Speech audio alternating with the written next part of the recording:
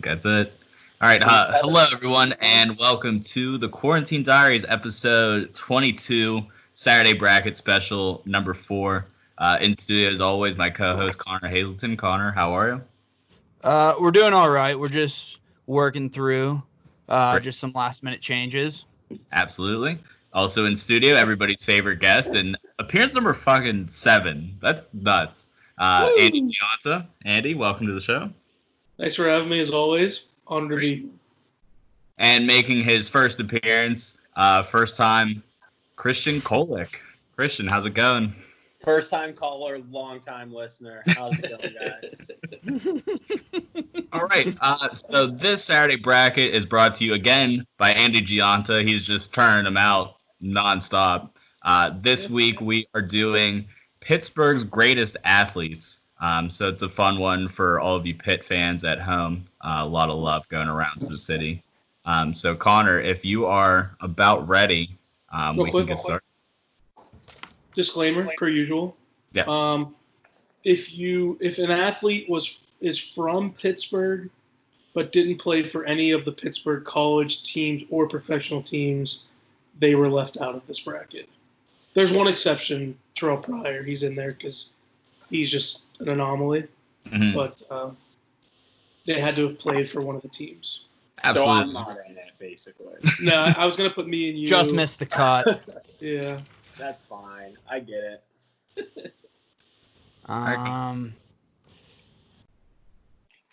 One second here. All right, let's get this going. We are going to start with, I would say this is probably maybe the toughest region. The number 1 overall seed in the tournament, Mr. Mario Lemieux. We'd say that's pretty fair. Yeah. Yeah. Going up against the recently moved to 16 seed, Aaron Smith. Sean Hickey. That guy always reminds me of Hickey for some reason. With his helmet up on his nose. Yeah, like a little too high. The face mask would always be up here. Yeah. I mean, this one's easy. I love Aaron Smith. Anybody our age who, even older people, but that decade of Steelers teams, the 2000s, Aaron Smith's the under the radar heart and soul. But Pittsburgh loves the unheralded lunch pail guys, and that's just Aaron Smith to a T. So definitely shout out him to having a long career, but clearly Lemieux for me. Okay, the next matchup we have the 8-9 matchup. We have the 8 seed, Dick Groat. Was he a Pirate? Yeah, he played for the Bucks, I think. And I think he also played basketball. I'm pretty sure he played. Yeah, he played hoops for Pitt. Did he play? He's the original Andy Gianta, multi-sport athlete. Oh, no, yeah. wait. He played for, I just Googled him. He played for Duke. Oh. Wow. Okay. Wait, who's the Pitt announcer that played baseball and... No, that he is the announcer, though, for Pitt. That's him. And World Series ring and an MVP for the Pirates. Huh. Yeah, he was a Dookie. Did he play professional basketball, or did I make that up? Not that I see anywhere. Okay. So he's from Wilkinsburg, though. Yeah. He's a legend. Okay. Who's he going up against? James Harrison. Oh, man. I got Harrison all day, every day. Not even close for me. Yeah. I think I'm going to... What's that? Greatest play in Super Bowl history. It is. Yeah.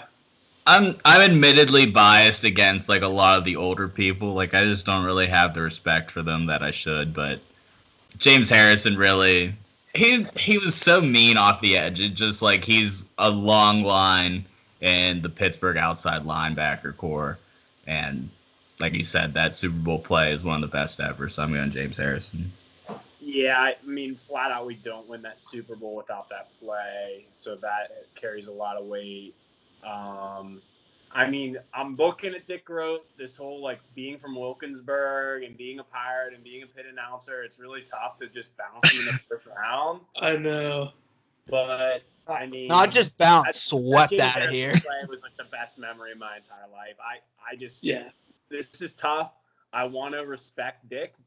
It hurts, but that one single play for Harrison, it's just too much to overcome. It is. Now, Cole, you were at that Super Bowl. Were you in the end zone? They scored that touchdown. Yes, I was. Harrison scored in my end zone. It was opposite where Santonio caught the ball. That's awesome.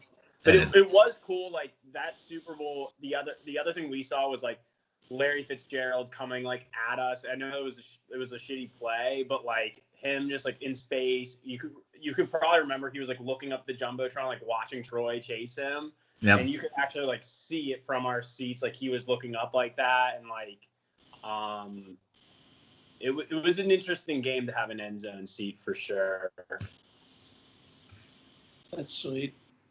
Next matchup. This is a tough matchup. Could be an upset. We have real quick. Dennis Ward was also in that end zone with me that game. Dennis was there. This could be our first upset. We have the former Pirate, Andrew McCutchen, MVP, versus the 12th seed, former Pitt great, LaShawn McCoy. Wow. Fun fact, Hickey took me to a Pitt spring game, like right before Shady got drafted, and he said what's up to us, so I like Shady McCoy. Pretty cool. That's sweet. And because of that, I'm picking him. Wow. Okay. I'm gonna go with Kutch. I think Shady's obviously one of the coolest Pitt players of our time, I think, but like for people our age, like we spent, I mean, Connor, you're not necessarily a Pirates fan, so you probably don't have the same feelings, but like we spent 20 years of our life watching meaningless baseball, and Andrew McCutchen was at the forefront of bringing that team to the playoffs for the first time in our lives. Like, I am forever indebted to Andrew McCutchen because that was like that wild card game against the Reds was one of the most special moments of my life as a sports fan. Yes. Yeah, I never would have expected Shady to get bounced in the first round, but here we are. It's a tough field, dude. I'm telling you, if you look at this bracket, like he's a 12 seed. Like there's just so many. I really struggle with putting the seedings together. Yeah. So what I would say with Kutch is he truly was the reason why I got into the Pirates, and like I'll never forget. It was like his call up, and I wasn't following the Pirates much at all, and I saw some kind of like flames out in 1 year, and then I saw him, I was like, oh, this guy's like kind of sweet. And then like for him to go on to win MVP, that's just like unheard of for a Pirate. And obviously like the 3 straight playoff appearances, obviously they didn't amount to much, but looking down the barrel of like 10 more losing seasons, I think that's going to be like our only good memory for a while. So he gets a lot of credit. Yep. Yeah, I mean, you guys summed it up pretty clearly. If he gets into more trouble, we can go into more detail, but I think it's Kutch easy for me. So all right. 413, we have Super Bowl hero Santonio Holmes, speaking of that Super Bowl, versus former Pitt Panther Dan Marino and Central Catholic grad. Ooh. Oh, man. This one's tough. It is tough. Because, like, Santonio does have the catch, which is awesome. He had a great career. But I think this is one of the few cases where I'm just overwhelmed by the resume. Dan Marino really is, like, very clearly, in my opinion, a top 5 quarterback ever, even though he doesn't have the ring. It's a big knock of his, but he's got all the stats, all the abilities.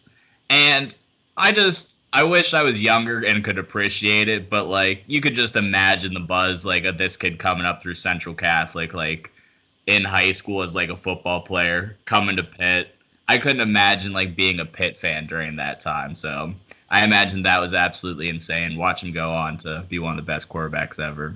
Dan Marino for me. Yeah, I'm going to agree with you there, Kyle. That's a good point. Like, I was thinking about that because we didn't watch him play at Pitt, you know, but right. Santonio sticks out to us more because that was a special play, but it's got to be Marino. Yeah, I'm here with Dan.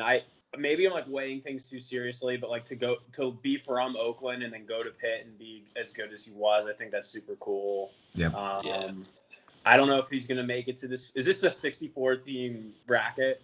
Oh yeah. I don't know if Dan's got a Sweet 16 run in him. Maybe I'm getting ahead of myself, but He might. Don't sleep. Depends on the road. Depends on the road. Yeah, it depends on the schedule. Sometimes there's an early upset and you get a little cakewalk. But I think for now you got to keep Dan Marino in there.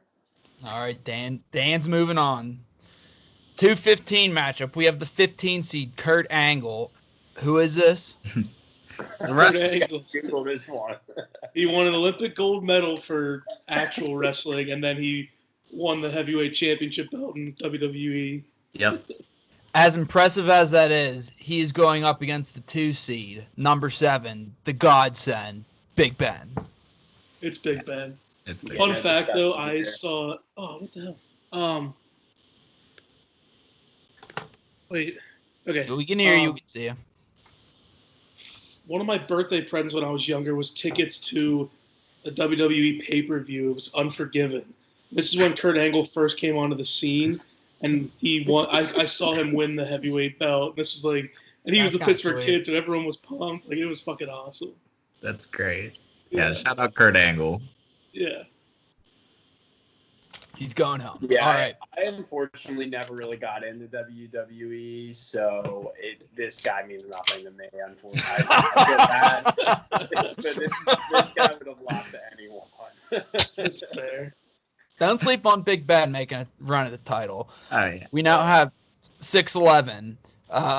The Bust, the 6 seed, Jerome Bettis, as some would call him, versus the 11 seed Mike Webster, who I don't give a flying fuck about, so I'm going Jerome Bettis. Wow. I don't care about the older Steelers. Sorry. Yeah, especially, Fine. I mean, Get it. well, for me, it's the Bus. That's easy. That's my favorite player of all time. Yeah. Is that actually, Andy? I never knew that. Oh man, he gave me hope as a young. I remember midgets playing flag football. Mr. Fox used to call me Mini Bus because I would beg him to let me play running back. And I only got to play it in practice. I never got to play it in the game. But yeah, he was my idol. We all going Bus here. Yeah. Riding the Bust around 2. All right, 3-14 matchup. The 14 seed Megan Klingenberg. Is she on the U.S. national team? Yeah, Okay, For shout what? out her. Soccer. the women's soccer team. Up against the 3 seed, another Steeler. Very, very Steelers-centric bracket. Troy Polamalu. Wow. It's Yeah. short. Moving on. Shout out. Let's move on. This last matchup of this region for the first round, 7-10, we got 10 seed Ralph Kiner versus the 7 seed Aaron Donald. Hometown kid, Pitt great. Best player in the league. Yeah. I'm going Aaron Donald.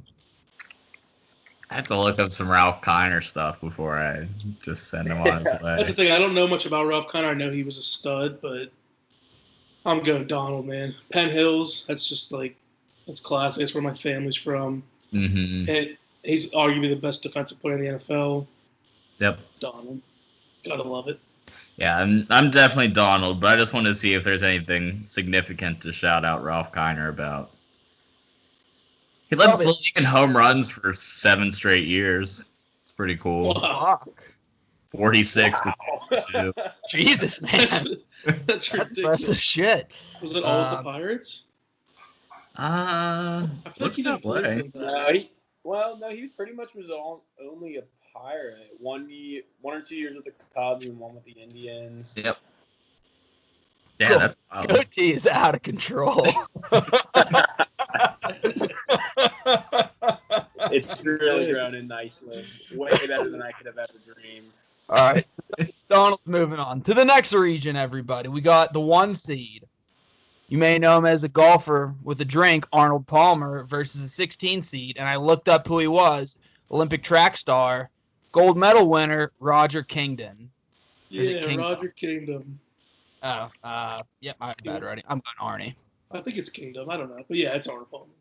Yeah. He won a gold medal, Kingdom. He was pretty sick, whatever. But I love you paying homage to all the obscure sport athletes from Pittsburgh. I really, yeah, I mean, I did my research. I obviously don't know who that guy is, but I thought that was pretty impressive. With You know? like a hood on it. Did he really? Yeah. While he was it's running? Like a onesie. Glad I learned something new, but gonna have to go with Arnie here. Yeah. All right. This is a fun 8-9 matchup. It's a football matchup. We have former Steeler Rod Woodson, I think he's in the Hall of Fame, versus the best high school athlete in Pittsburgh history, Terrell Pryor. Wow. That was a fun era, just like because that was right in the middle of like our high school career. Was like Terrell Pryor, or was that college? Like No, early he's 2 college. years older than us. Yeah, he's Okay. slightly older. But yeah, Okay. we were. So just like all that hype around him, just to like, it was a little disappointing to like see him go to the NFL and not really play great. But just like all the buzz around like the Jeanette area, like getting to like meet him at like one party in high school was like one of the coolest things ever. Until he was kind of a bitch though. Like all he would listen to was Lil Wayne, and he would demand whoever was playing music to change it to Lil Wayne if they strayed from it. So that always stuck in my head at me not liking him. So who's he going against? Rod Woodson. So I'm going Rod Woodson here. I think he's like the all-time leader or one of them in interceptions, top 3 at least. Or like but pick amazing six career. or something like that. He is something, yeah. I mean, he was an absolute stud. Amazing Christian, career. Where do One you of the lean? best ever. Rod Woodson for me. Yeah, he was Terrell Pryor. That is was so good in high school. Like watching him dominate, it was unbelievable. Like I remember there was this one play when they were playing at Heinz Field. It was just a QB sneak for a 1-yard gain, and he just took it like 80 yards for a touchdown. I was like, Yeah, this guy's I remember that run. It was sick. yeah. But at the end of the day, like as Kyle said, like he kind of flamed out in the NFL, and he certainly had the talent to be good in the NFL. So it's kind of like it just leaves a bad taste in your mouth almost. And the Lil Wayne little tidbit, that's super weird. So gotta go Rod. You almost wonder if Terrell would have stuck with basketball, maybe this conversation would have been different. Maybe he'd be Would have been Yeah. a different. 5 seed. He could have been fucking stud in the NBA. I don't know, but If he would have But stuck also- to his I think original Rod pick commitment. Woodson is number 1. If what's that? If you go by my rule of throwing everything before 1975 out, he's number 1 all-time in interceptions. Rod is. That's cool. It also sucks that Pryor went to Ohio State. Yeah. He would have. I mean, Yeah, All right, that was let's- that was a dick move. yeah, So Rod it is, Andy. yeah, Rod for me. Rod it is. Hot Rod. Hot Rod, great movie. I also saw him at Sheets in Virginia 2 years ago, and he was carrying his girlfriend's purse with a poodle in it. I thought that was pretty nice to see. But just 2 random weird encounters with Terrell Pryor. 5-12. Immaculate Reception. Franco Harris, the 5 seed, versus hit the buzzer beater against Duke, the 12 seed Levance Fields. Damn. That's fun. I Like, think on if paper. Sorry, guys. I was gonna say if Pitt won the NCAA tournament in 2009, I would say Fields, but they didn't, so I'm going Franco. As unfair as that is. It feels like on paper it's obviously Franco, but like that Pitt team was so much fun. And Levance Fields, like, remember, like, yeah, hitting the buzzer against Duke, as you said, and even in the tournament, I believe it was the Sweet 16. He had like 2 clutch threes at the, or no, he had a 3, and then he had that steal to seal the game. I forget who they played those before the Nova. I don't know, but like, Immaculate Reception, man, the 70 Steelers, Yeah. they're too legendary. I gotta get Franco. Mm-hmm. Yeah, not a huge Franco fan, but I think this is a no-brainer. What's your beef with Franco? Just like the whole Penn State thing, he's such a huge Joe Pa truther. I'm just Uh, like, dude, this He guy is. needs to go out to pasture. But he's definitely a legend, and he was part of such a good Steelers team that you got to kind of respect him. He's gonna have a tough matchup in the next round, because the 4-13 matchup could be an upset. We'll see. We have the 4 seed, disgraced Pittsburgh Penguins. Some would say. I wouldn't, because I'm not an asshole. Yarmir Yager versus the 13 seed, Joey Porter. It's a fun one. It's clearly Yager. I think that was one of the dumbest things that Pittsburgh did as a whole was like they kind of turned on him in like 2002, 2003. Just he was fed up with like losing and being part of a franchise that like wasn't making any money. Like literally had to score a goal in the playoffs so they can make it to another series so they could pay their rent the next week. And that was all Yager. So shout out to him forever.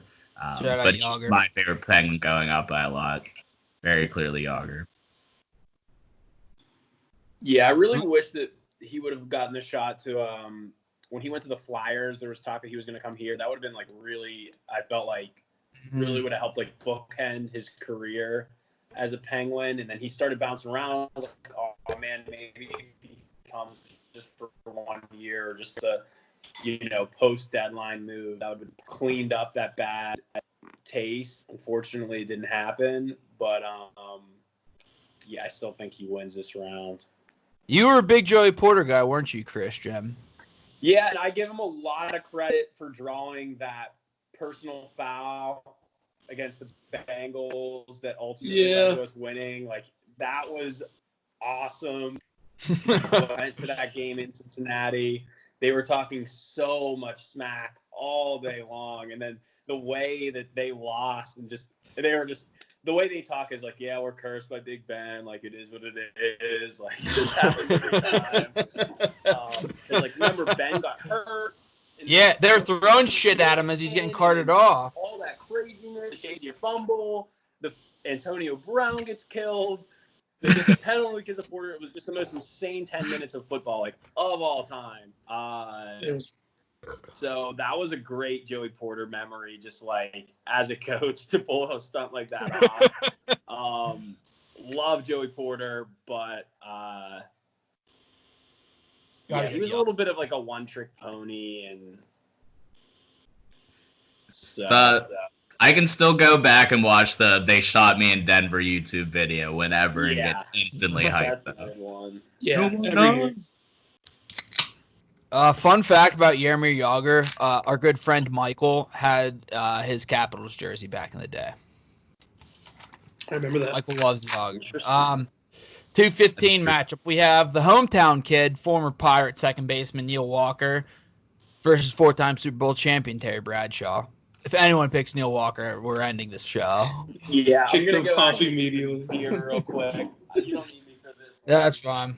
I had to put Neil on though. It's just cool. Like, high school, Pine Richmond, I think, and then drafted by the Pirates. Did go to Pine Richmond. He was the Robin to Kutch's Batman for that Pirate comeback for sure. Yeah, he was pretty pivotal. No, El Toro was Robin. No. El Toro was better, but like Kutch, Neil was like the Robin that like helped bring baseball back because like everyone was so excited that he was like from the Pittsburgh area. My Walker, Walker, he just comes from Curtis. Made it sound that way, but he's just kind of like a little bit of like a wet blanket almost. It's just like if he wasn't from here, you'd be like, right? It's like lame ass second baseman that we have. He's just run-of-the-mill second baseman. All right. Yeah, he kind of was. Just like not a lot of power, not a great average, decent glove at best, but like he was from Pittsburgh. 6-11 matchup. This is an interesting one. We have the 11 seed, who should be a Hall of Famer already, Alan Faneca, versus the 6th seed, the former coach, the former Sigma Chi, Pitt alumni, Coach Ditka. Well, first of all, Sigma Chi for life, so not a former Sigma Chi, but keep going. I apologize. No, you know who else? Apparently Dick Groat was a Sig. Not a Pitt Sig, but I saw that after I voted him down. I was like, wow, turning on a brother like that. That's but you live and you learn there. I think I'm going Ditka. Fuck it. I like Ditka. Has he been annexed at least partially by Chicago. He's probably more Chicago than he is Pittsburgh, to be honest with you. But Well, he did open that horrible steakhouse by the airport. Yeah. I think he has like several in Chicago too. I know. I'm sticking with the Ditka pick. Ditka Bears. Andy, I know you're going Faneca. You're a Faneca guy. I can just read the look on your face. I'm very torn on this one. I do I think Ditka has the icon legendary status, but yeah, I mean maybe does he favor Chicago now? Maybe, I don't know. I'm guessing. Sorry, I was gonna say I'm guessing you went to high school around here. Aliquippa. Yeah. And then played at Pitt. Yeah. Faneca's going to be a Hall of Famer probably next year. You'd think. Hopefully. And I would hope that... Oh, that's 2 for Ditka. Oh, shit. A commanding lead. Andy, go Faneca. I know you want to. He's your guy. He is, but I think... Yeah, fuck it. I'm going to go Faneca. Good man. Okay. Yeah, I'll cornerstone of that O-line for years. That's what I was going to say. Is like he was like the best lineman on a Pittsburgh team, personified by the run and just like punching it down your friggin' throat all game long, and he was the lead linchpin on that. I'm kind of knocking Ditka a little bit because it does feel like he was annexed by Chicago, and a lot of his best accomplishments go to that city versus Pittsburgh. So I'm going to go Alan Faneca here, too, for our first coin toss of the day. Flip the chalk hand. Love it. Don't forget he was a phenomenal coach for Miami, was it? Yep. I'll go heads for Ditka. All right. What do you call him, Connor? Heads for Ditka. Oh, Faneca's moving on. Woo. Sorry, Ditka. All right, 3-14. We got the 14 seed, TJ McConnell, versus the 3 seed, Heisman winner, Tony Dorsett. We're going the Heisman winner. Yeah, it's Dorsett. Yeah. But shout out McConnell. It's pretty sweet. He's a white guy. Played at Duquesne for a couple years, and now he's grinding in the NBA. I mean, he's doing pretty well as a bench player. He's all right. That's a lot of adversity to come from. White basketball player from Pittsburgh going to the NBA. You just don't see that every day. You don't. There aren't many Pittsburgh people in the NBA. Now, this is probably the toughest matchup we've had so far. It's a 7-10 matchup. It is a pit matchup. The Panthers. Football. We have the 7 seed, Curtis Martin, versus the 10 seed, Darrelle Revis. Oh. This is actually kind of easy for me. Same. I like Curtis Martin a lot, but, I mean, Revis had, probably a good stretch of 3 or 4 years where he was just, absolutely lights out. I actually have a pretty cool stat. I'm going to bust it out later, though, depending on his matchup. But okay. Yeah, I'm going Revis.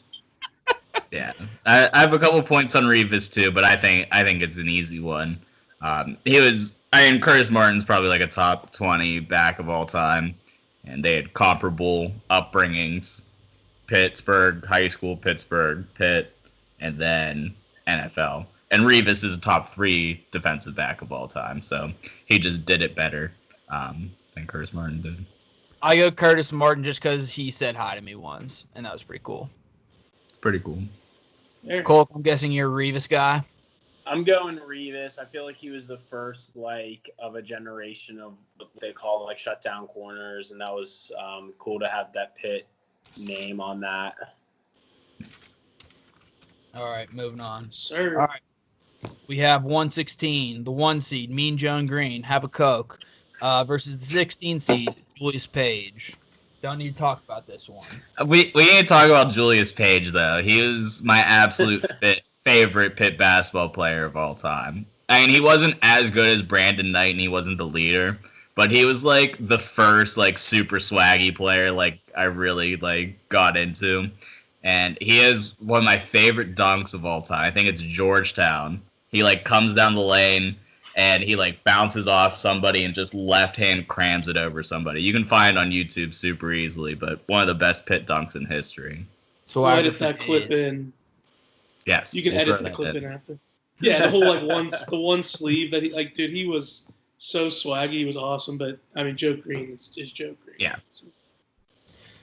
8-9. We have the 8 seed.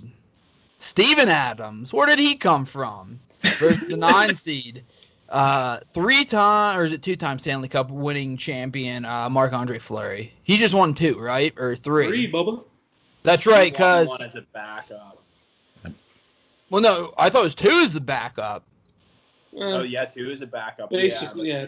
But I go Fleury. He still contributed a lot. It's an easy pick for me. Yeah, it's Fleury. I Easy. think the fact Steven Adams is like probably the most successful Pitt player in the NBA that I can think of, which is awesome. But he only spent 1 year there. Like I don't feel as attached to him. He's almost like a different human being in the NBA. Like, he is, right? You can associate that guy with the guy that played for Pitt. I know, I just agree. Not even the same person. Yeah. Yeah, he was an Australian at Pitt, now he's like a Samoan Islander in the NBA somehow. Right. Yeah. It's a just, nice career so far. Yes. 5-12 we're moving on to. We have the 5 seed, Honus Wagner. 12 seed, Chris Kunitz. Get him out. I'm going Cooney. I smell it upsets. It's easy Kunitz for me. What do I care about fucking Honus Wagner? I think this is one where I will have to take like older heads' advice. Wagner. Yeah, and God, are you kidding It's me, like Kyle? biggest You're such a fraud. like, You are dumb. such a fraud. Yeah. All Kyle harps about is everything before 1975 doesn't count. Oh, so let's vote for the guy who played baseball in 1910. You're a fraud. You're a fraud. You're a fraud. You're a fraud. Yeah. You've lost all Dude, credibility. Honus Wagner is like so good. He was a first ballot Hall of Famer. He's from Pittsburgh. He played for the Louisville Colonials before going to the Pirates, where he never left. He was a manager for the Pirates. He won a World Series for the Pirates. He won 8 batting titles. Like this, and then the whole baseball card thing. Like this guy's like a true legend. I mean, he's probably not going to get out of the second round. I'll definitely flip flop. But I'm definitely going him over Kunitz. He was like what was he at best, our 6th player? Yeah, as much as I like the rag Kyle, I think I'm going to get Wagner too. Like I love Kunitz and Fraud. You're all frauds. And the whole reason that it's totally Pittsburgh biased for my rule is 1975. I wanted to make it 1980, but I wanted to include the Steelers championship, so I can throw Honus Wagner in there for Pittsburgh. You're I mean, he's- Wagner is back there. His last MLB appearance was in 1917. I feel like he But could dude, have, like retired. That's who you guys He, pick. like, That's who you all mid-year, fucking like, pick. Arrow players that don't count. He was Yeah. before it. he's arguably like one of the most iconic baseball players ever, right? Like one of the early Yep. Yeah, he really is. Whatever. 4-13. The late edition, Chris Letang, the 13 seed. I was hoping he was going to go on a run. However, how the bracket shook out, I should say. It's unfortunate he's going up against his teammate, the 4 seed, Evgeny Malkin. God damn it. I know. It's unfortunate. We had high hopes for Letang. I mean, He really put it Selection on- Sunday can be tough like that. Yeah, You got he had a great regular season. They won their conference tournament and snuck in, but it's Gino. I'm just fed up of the Letang hate that he gets from every Pittsburgh dad. Just from I feel like he Gino gets a lot turns of it hate. over a lot, but he makes things happen. And just no dad from Pittsburgh can understand that he's a good player. You're all so stupid. Letang's the man. It's the most unwarranted hate. It doesn't make any sense to me. I've defended Letang for years. Like, it just it makes me very If you ever want to meet Letang too, all you have to do is go to Howl at the Moon. Like I've been there like 3 or 4 times in my life, and he's been there every single time. So I have to assume that's his spot. He was there for Connor's birthday party that night. What? We invited him. I didn't think he'd show up, and he did. 2:15, a Buccos matchup. How fun. We have the 15 seed, the former great Pittsburgh Pirate, unsung hero, catcher, 18, Jason Kendall, no batting gloves, versus some 2 seed named Willie Stargell. Kendall it is. Kendall it is. Gotta go, Willie. Shout out Jason Kendall's ankle popping through his foot, rounding second base. I'll never forget that as long as I live. Were any of you guys at that FRA or that FRA day where he hits the walk-off in the 10th? That was Me and sick. Max were just talking about that, dude. It was I went awesome. to the game with Max. It was awesome. Yeah, It was They gave great. out the Kendall T-shirt. Was it the game they gave out the Kendall? Dude, I think it was. Like I was gonna say, because everybody had those Pirates T-shirts with his name and number on the back. It was either that or it was the one where they gave you the little tin lunchbox with like Brian Giles on the front. Do you remember that one too? So the things I remember about this game, Derek Bell made like a leaping catch and slammed his back into the outfield wall and left the game. Kevin Young wasn't playing that day. They put him in the 10th for a pinch hit, got a single, then next at bat Kendall blasted it for the win. Great fucking memory. Are you genius? That's great. 6-11 matchup. We have the 11 seed, Josh Gibson. Who is this? Dude, he's like, he played for the Homestead Grays. He's like one of the best one of the first like black baseball players. Okay. Ever. He's legendary. Versus the 6 seed, former Georgia Bulldog Super Bowl MVP Hines Ward. That's who my pick is. Damn. I wanted Josh Gibson though. Like, I was reading about him more and like, cool. You should pull this up too. But yeah, they used to call him the Black Babe Ruth, and that's kind of sweet. I don't think he ever got to play because he played in the Negro League and he never got to actually play in the majors. But he played 17 years of professional baseball, and there was no actual like stats kept, but people estimate that he hit like 950 home runs. Like, dude, if it would have been like all documented, he would have crushed the fucking records. And like he was really monumental in that. And then he kind of paved the way for like Jackie Robinson and those guys to start playing in the majors. But maybe I have to change my pick. Nope, you can't change your pick. Once you say your pick, it's set in stone. Yeah. I like Hines, so this is not that hard for me. But yeah, this guy looks pretty legendary. Yeah, I was gonna say, like, with all that said, like, I'm still going Hines because he embodied what it meant to be a Pittsburgh Steeler. Like, he was just fucking. Oh, man, poor Josh Gibson died at age 35. R.I.P. Died at 35. So he probably could have played 4 more years. He had 12 All-Star appearances before his death. He was probably, could have snagged at least 3 more, maybe. Yeah. Well, you know who Hines Ward really used to piss off? Mr. Gianta. Had no time for Hines Ward drops. No, not all the time, but it was because he dropped that one in the Super Bowl. Remember there was a touchdown. Yeah. He dropped it, and my dad was flipping out. He's like, because I was like, right when Hines got like a big contract. Yeah, he held out that year. He's like, oh, you want to sit there and cry about your fucking contract and you can't catch a goddamn ball? Like, I'll never forget that. These last 2 matchups of this region actually pretty fun. So we're going to start with the 7-10 one. It's the former Pittsburgh Steelers linebacker Jack Ham, the 10 seed, versus the 7th seed Brandon Knight, point guard. Brandon Knight for me. Brandon Knight for me. Me too. Oh, that's an easy Brandon Knight win. Damn. Yeah. Those are such fun pit teams. Like, that's like kind of what got me into basketball in the You first okay place. with that pick, Kolek? I'm good with the pick. Yeah, I love that dual threat of Page and Knight. They deserve. That kind of started it all, like that pit team. It did. Yeah. For our age. Yep. Yeah. And the Knight coach for Pitt. I'm taking a holistic view on a lot of these guys, and I think you gotta factor in the loyalty as a proud Pitt man. I think his number's retired by Pitt too. So this guy, he's legit. You're the proudest Pitt man, some have said. I've heard that. A 3-14 matchup. It's an interesting matchup. We have the 3 seed, speaking of Pitt, who should have won a Heisman, Larry Fitzgerald, versus the 14 seed, another receiver. Some say he's a disgraced receiver. Others would say he's the best in Steelers history, Antonio Brown. Oh, man. I was so tempted to not even put Antonio Brown in this bracket, but I had to because, like, dude, he was just so fucking good.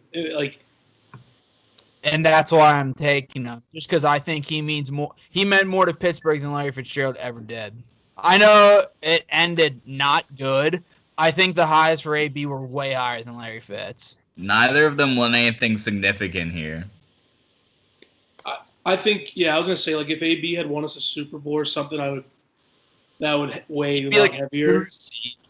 Yeah, I think I'm going Larry Fitz. Like, for me, I know he only spent he played 2 seasons for Pitt, and that's kind of his only connection. But like, he still identifies with Pitt, and like, just the way he carries himself, he's the consummate professional, right? Like, he's just the fucking man. Everybody respects and loves Larry Fitz, and he should have won the fucking Heisman that year. And I think you sit here and say coulda, shoulda, woulda, but like, that's fucking impressive for us. I mean, he was a sophomore. He's a redshirt sophomore receiver to win the Heisman. Like, that would have been fucking insane, and he should have. Absurd. I still say Jason.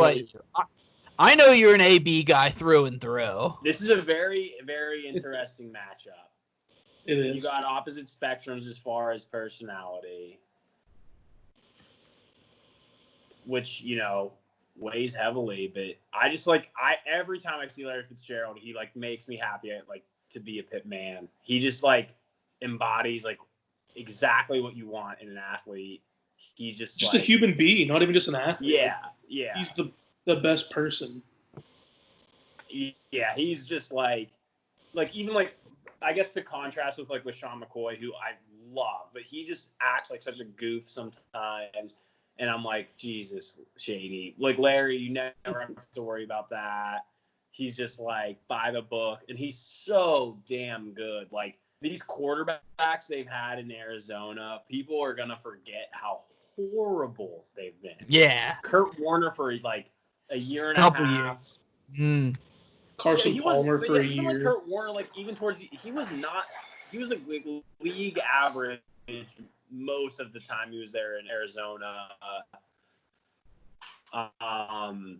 I love Larry Fitzgerald so much. I agree that as far as contributions, Antonio deserves a lot of recognition because he was so good. That Christmas Eve game against Baltimore, can't forget about that. That was so awesome. Yeah. No, that was Christmas Day. That was Christmas Day. What? Mm-hmm. Yeah. Yeah. That sounds right. Yeah. And just especially early in his career when he was undersized, and at that time a lot of the big receivers were they had that prototype, and he wasn't that. And when he was good, it was just such an awesome feeling. But he really screwed the Steelers. We took a huge cap hit. We didn't get much in return for him.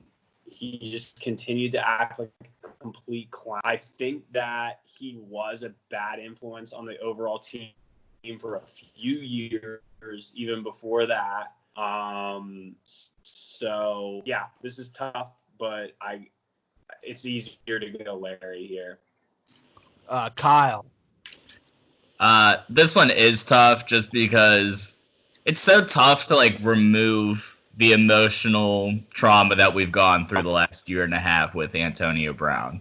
Just because, he was very easily one of my favorites. Not only the Ravens game, my favorite fucking Steeler memory was actually a Sunday night Colts game when he went off for 3 touchdowns, and then after we're already killing him, he takes the punt return back and jumps on the stanchion and just holds it and slides down for his 4th touchdown. It was fucking awesome. I think I kind of just convinced myself. I'm gonna let's go to the toss. He played 8 seasons for the Steelers, first 2 for Larry Fitzgerald and Pitt. I mean, he was just here for longer. The Killer Bees were more fun. Please come back to us, Antonio Brown and Le'Veon Bell, while you're at it, if you guys are listening. So let's take it to I'm the... okay. I think the coin toss is an appropriate way to decide this battle. I was gonna say I'd feel dirty if Yeah. AB won, but now I don't. They were my 5 and 6 in my all-time receivers list, like 2 episodes. Let's go tails for AB. Okay.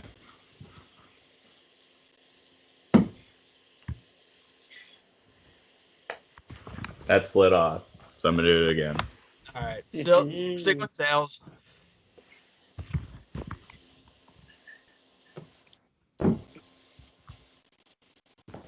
You see that? Is it heads? It's tails. Oh, AB, the 14 seed, moving on. Wow. Sorry, Larry. Wait, that was a 14-3 matchup. Oh yeah, that's a Wow, big. Hey, these you stars took a hit. That's interesting. I told you, I almost didn't put him in the bracket. I fucking hate him. He is about to go on a run. Before we get on to the next matchup, this is a random question because Christian, you were saying how you love how Larry Fitzgerald makes you proud to be a Pitt man. Who's your favorite Pitt quarterback of like your time as a Pitt fan? Like you can't say Marino, that's a cop out. Is it Tino? Right. Say No, Tino.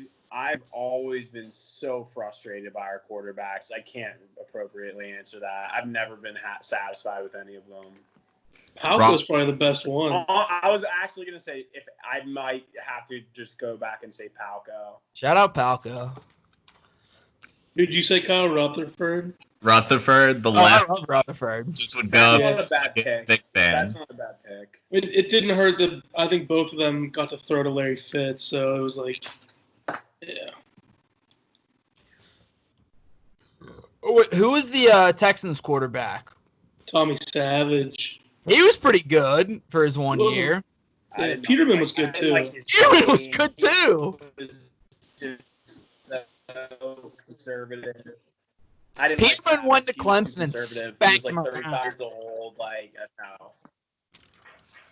All right. Oh, Hey, was let's- Savage the Clemson winner though? That's interesting. No, that was Peterman. Yeah, I was gonna say I don't think that was. I don't remember that being Savage. Peterman Yeah. put up Peterman numbers. taught him a Peterman thing was too. actually kind of exciting as a Pitt quarterback. He took He some was good. risks. He could run a little bit. Yeah, the recent guys I like. I honestly like Peterman. As big as a joke as he's been in the NFL. He was really good at Pitt. Yeah, he was exciting. Who was the quarterback when Matt Canada was the OC that year when they used to put up like 50 points a game? Was that Peterman? I think that was Peterman. Yeah. Their defense sucked though, so it was like we took the over every game that year. It hit almost every year or every game. Penn State and Clemson, 2016. I'm still team Peterman's not that bad. Like he shined a little on Hard Knocks. He just had the 6 interception game, which ruined him mentally for at least 3 years after that. Yeah. First half. All right. Last first round, last region.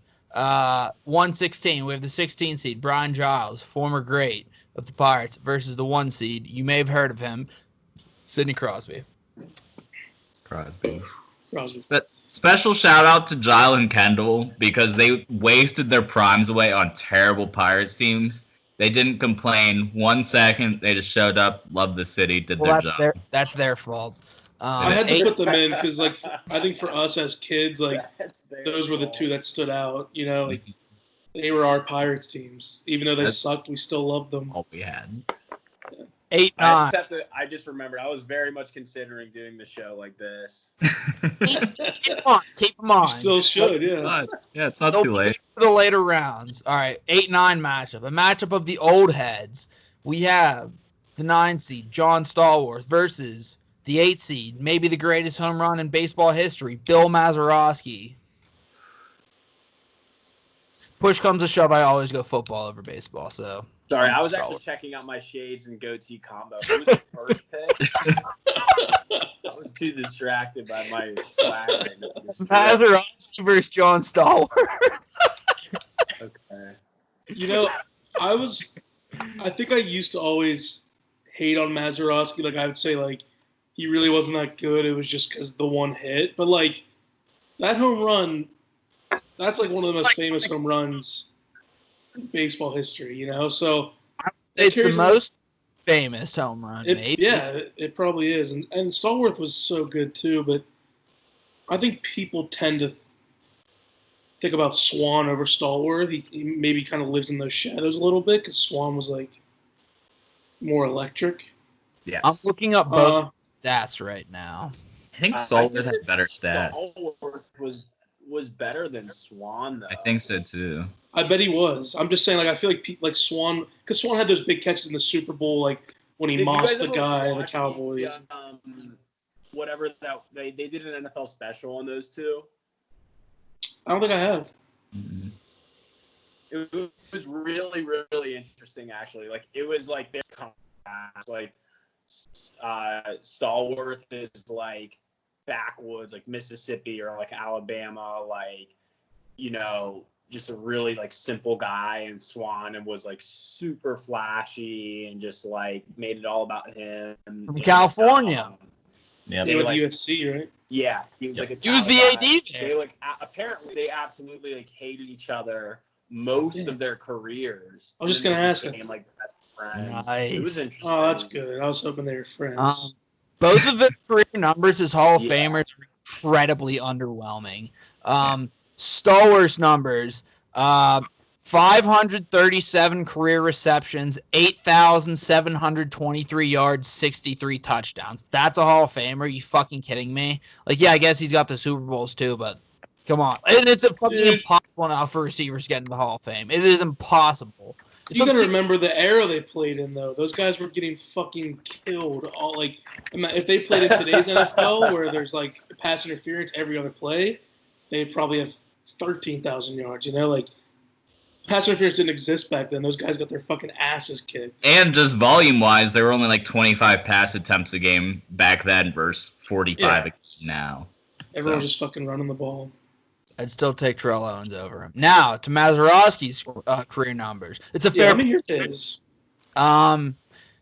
He has 2,016 career hits, 138 home runs, RBIs, 853, batting average, 260. That's not good. No. Is he a Hall of Famer? They're both Hall of Famers. Oh my god! I'm going Stallworth because like the points you made like that's an easy pick for me. Like those numbers fucking. It's literally the home run that got him in the Hall of Fame. It is. Which was an iconic home run, but his numbers fucking suck. Because I was gonna pick Maz, but I'm glad I waited to hear those stats because I think I gotta get Stallworth. What he did was, I mean, I don't know, but more impressive. I think the home run, but Stallworth's the better athlete. Yeah. Kyle. I mean, fuck both these guys, to be honest, but I guess I will go Stallworth here just to keep things moving. I mean, it doesn't matter. Sid's going to steamroll them in round two. Right. I mean, Mazeroski does have, like, that home run, like, bub in the ninth, 2 outs, bases loaded, whatever, like, every kid dreams about, but, yeah, Stallworth for me. Yeah, maybe, like, 20 years ago when people still cared about baseball. Right. 5-12 matchup. We have, speaking of the Pirates, a 12 seed, Dave Parker. He is a Pirate, correct? Mm-hmm. Well, he's getting bounced because we have the 5 seed, DeJuan Blair, the Pittsburgh kid. Let's go. Woo! Moving on. Parker's great though because he's the guy in the picture with the shirt that says, "If you hear any noise, it's just me and the boys bopping." That is great. That's the best shirt. That's the best shirt in the world. It's like it's one of the coolest pictures ever. So yep. We have a Steelers matchup now. A matchup of the old heads. We have the 13 seed, Jermani Dawson, versus the 4 seed, Mel Blount. I actually love Mel Blount. Yeah, this one's easy. Jermani Dawson's a Hall of Famer, though, but for me, it's Blount. He was a fucking savage. Yeah, his style of play was just so sweet. Moving on. 2-15. We have the 2 seed, Roberto Clemente, versus the 15 seed, Sam Young. I want to pick Sam Young, but it would be disingenuous. You can't. Best pump fake of all time. Yeah. 6-11. We have 11 seed, Hugh Green. He's a former Pitt Panther. Am I correct in saying that? Correct. The end. I like that. Versus the 6th seed, another Steelers receiver, Lynn Swan. Yeah. I'd probably say Lynn Swan. Lynn Swan's probably more popular, but dude, Hugh Green was a Heisman finalist as a DN, and he was a 3-time All-American. Like, he was a fucking monster. Wow. I don't know if he did really well in the NFL or not. That might be why not many people remember him. But Let's take I a mean, game. I think he was on the cover of Sports Illustrated when he was in college because he was just a fucking. It sounds like that's who you're leaning towards, Andrew. I can't. No, I. With that said, though, I think I'm gonna go Swan. Well, He's got some of the most iconic catches. And yeah. Ooh, we have a Clemente Swan matchup in the next round. That's like a Pittsburgh orgasm. Holy shit. People. Wait, did everybody else vote Swan? No one said anything. I did. I am going to go Swan. I think that Hugh Green may have been the better player, but winning championships in Pittsburgh carries a ton of weight. Yes. It's on. It's a tough matchup for my guy here, the 14 seed Carl Krauser. So I'd like to go on a run. He's my favorite. Unfortunately, he has the 3 seed Jack Lambert. Look, I hate the old heads. I can't in good faith take Carl Krauser. Or can I? I am. Let's go, Krauser. No, it's fucking Don't Lambert. do it, Connor. You're going to lose the integrity of your votes. Yeah. Lambert. It's Lambert. But, dude, if you weren't 10 years old or however old we were running around throwing up the X's, then you weren't a Pitt basketball fan. I still have my Krauser jersey. That's right, yeah. I'm waiting for Cole to come back because this is the last matchup of the first round. I love Krauser was the coolest of that run of Pitt New York point guards. Krauser was easily my favorite. I think I know where everyone's going to lean, but it's still a very fun matchup. We have the 10 seed. He played tight end. He wore 83. He went to Virginia. However, he's going up against the 7 seed. I think he won 2 MVPs in his time in Pittsburgh. Barry Lamar Bonds. Oh. Man. It's tough because, I view Bonds more as a Giant, but his Pittsburgh jersey with the cursive Pittsburgh 24 is an iconic jersey. Top notch. But, man, that white Steelers 83 jersey. Dude, this is a surprising pick, but I got to go Heath. Dude, that's what I'm leaning to. I think I'm going Bonds. I'll have to go Bonds. He can't get swept.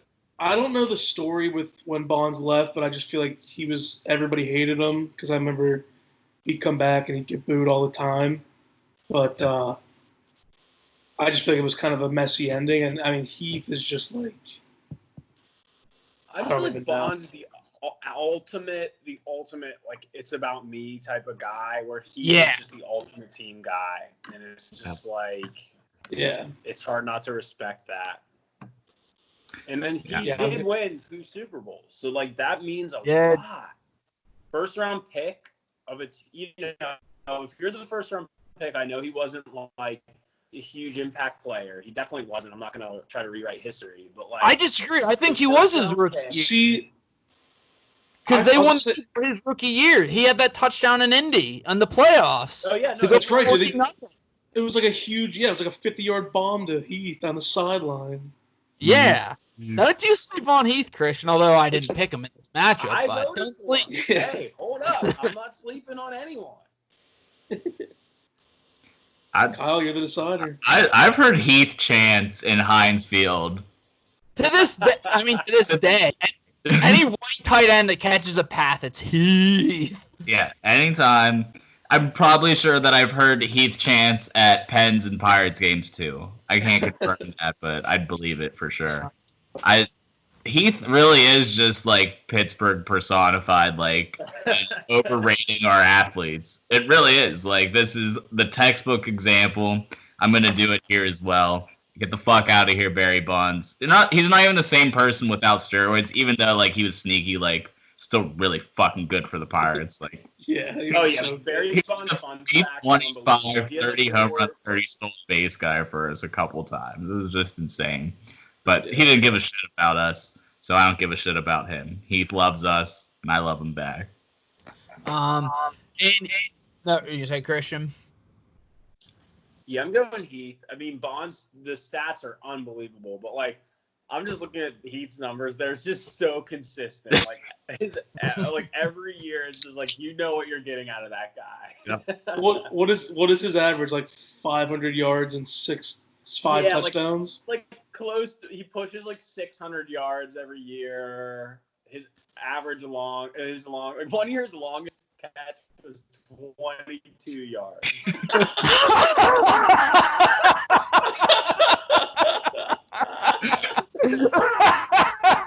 Oh my god, ridiculous! That's awesome. In his second year, he had an 87-yarder. I remember that play. It was like a rumbling, stumbling fumble. Oh man, I don't remember that.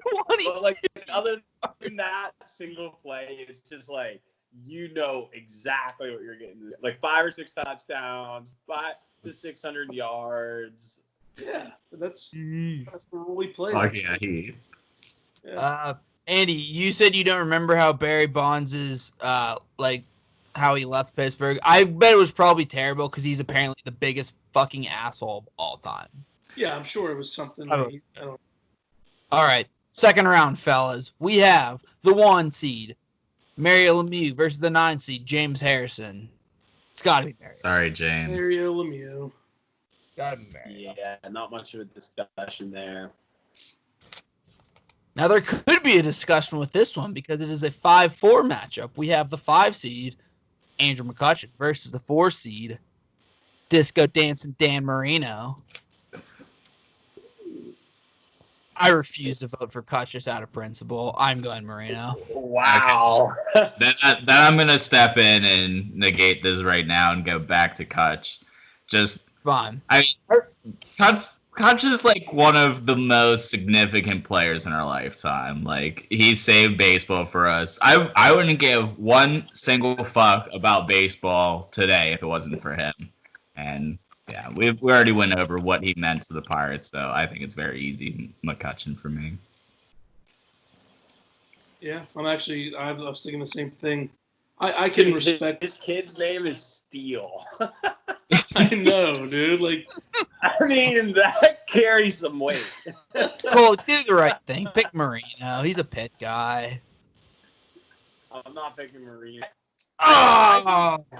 I think he can be a corny goober sometimes, and I'm like, he does like a lot on social media. I'm just like, dude, just lay off a little bit. But like he exactly what Kyle said. Like he's a reason why I feel like a lot of people from our generation even watch the Pirates. Yep. Myself included. Yeah, Connor, I think because you're not a Pirates fan is like you just don't understand how like what Kutch was. Yeah. Whatever. And then, like, even in hindsight, like, when he was, like, being super annoying, like yeah, this franchise, he didn't say it, like, verbatim, but he kind of was, like, acting like the franchise is a joke. And then you're kind of like, maybe this guy was right. Yeah. Fair point. yeah, They just stripped down basically a 100-win team that, honestly, I thought that was like probably the number 2 team to win this World Series that year. Yep. Just ran into a buzzsaw with. Okay, I'm in the wrong here for picking Marino. It was the Giants. He had Bumgardner, I believe. When that was Bumgardner. Where he had the best postseason run of all time. Yeah. Of all fucking time. And they won, right? Yeah.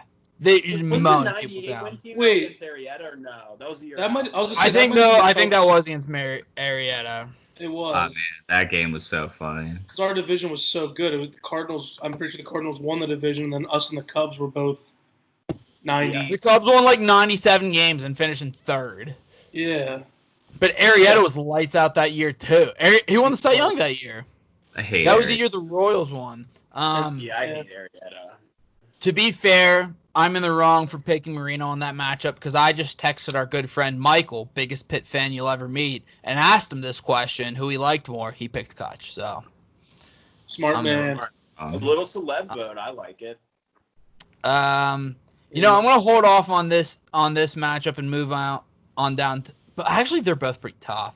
Let's go do 3-7 matchup first. We have the 7 seed, classmate of Christian at the University of Pittsburgh, Aaron Donald, up against the 3 seed, USC grad, that's University of Southern California, Troy Polamalu.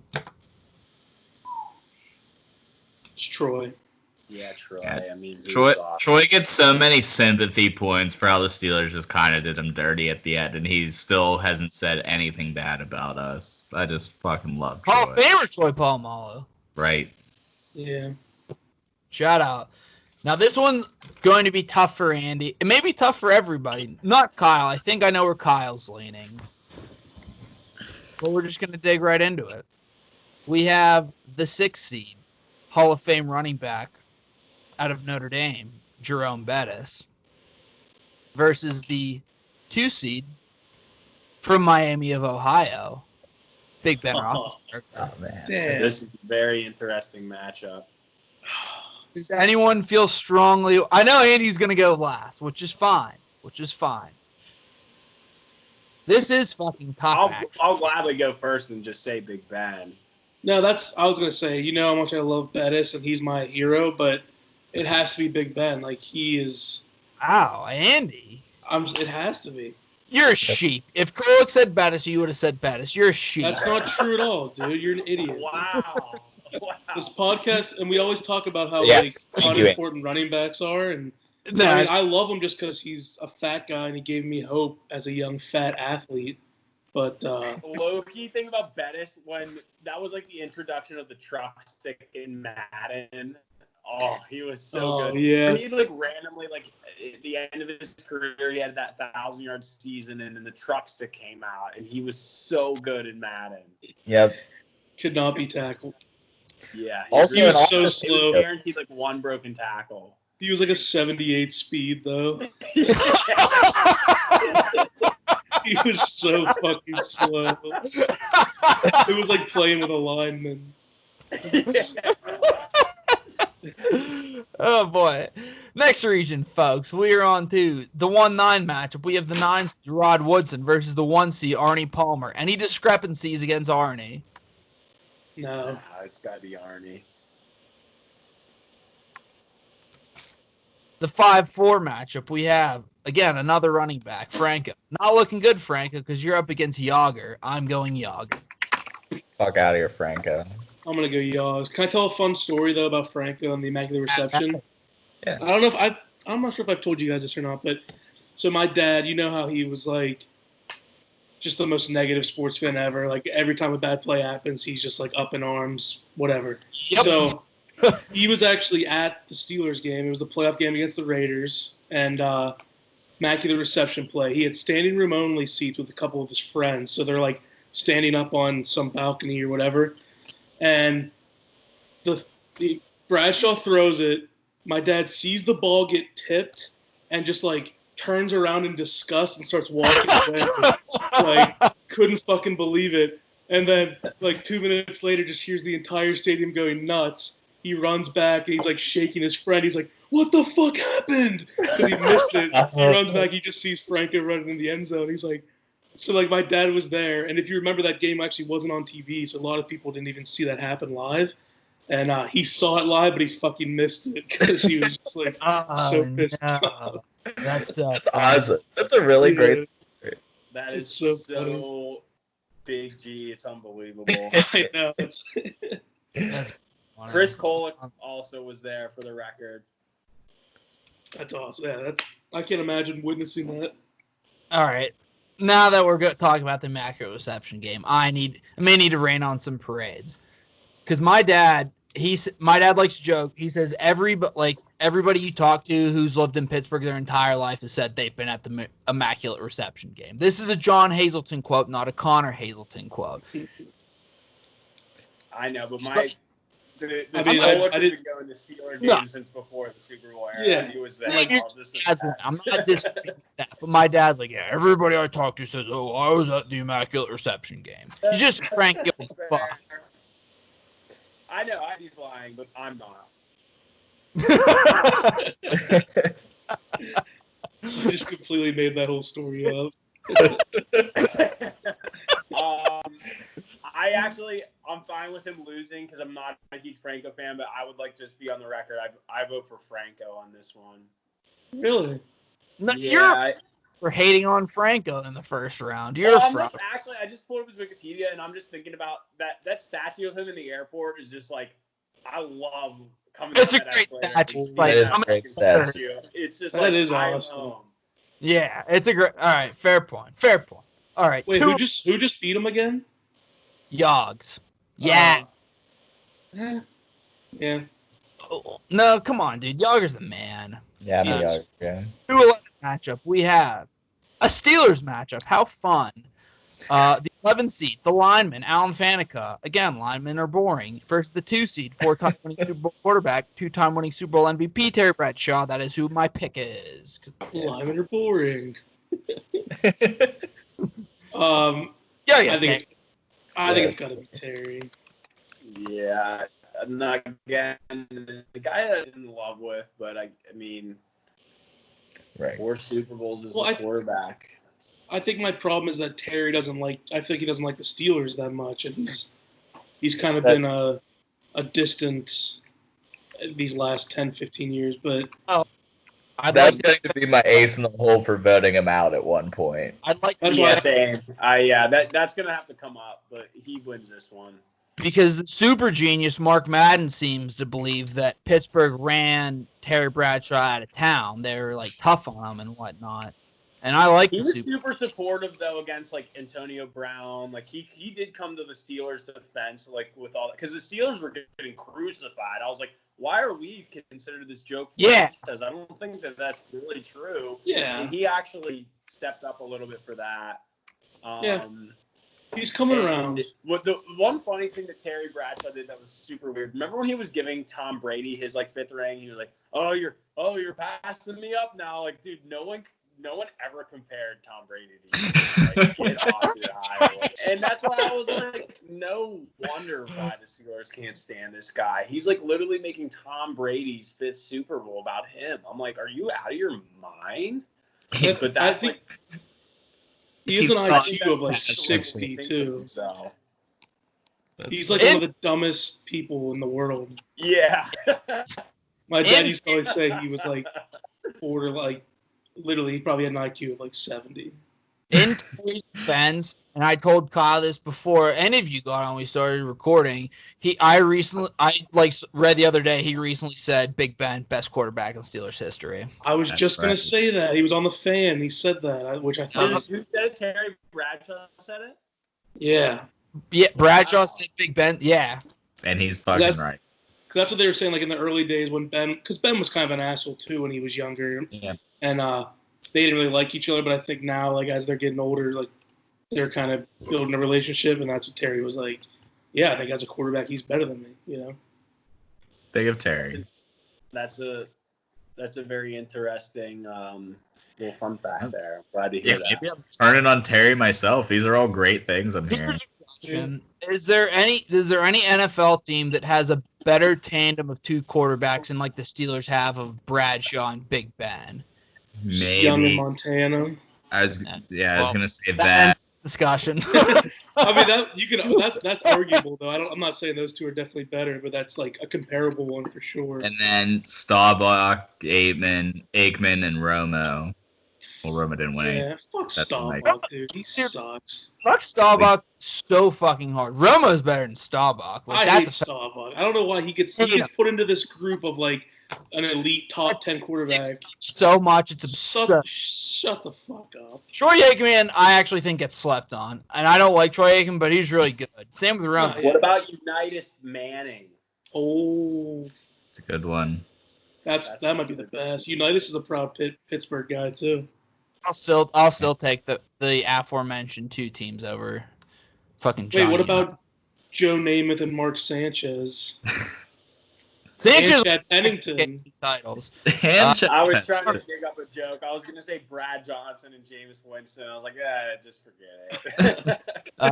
Last matchup of this region for the second round. Revis, back-to-back Pitt matchups. He's just taking Panthers down left and right, it could be. He has, it's the 10 seed Darrelle Revis versus the 3 seed, the Heisman winner, Tony Dorsett. Unfortunately, he's a running back. Give me Revis. Give me fucking Revis. Kyle agrees. Kyle agrees. I'm leaning that way too, but Dorsett won a Heisman. Like that carries a lot of weight. People don't forget. Played for What's the that? I'm going Dorsett here exactly for the reason Andy mentioned. Heisman, and didn't he win a national championship? Yeah, they won 76, right? They beat Georgia.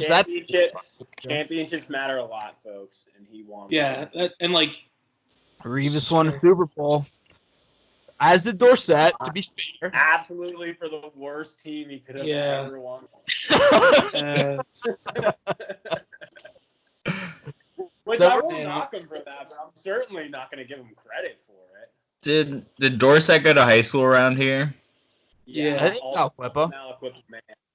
Man, see that's Revis. They both went to Aliquippa. They're both from Aliquippa.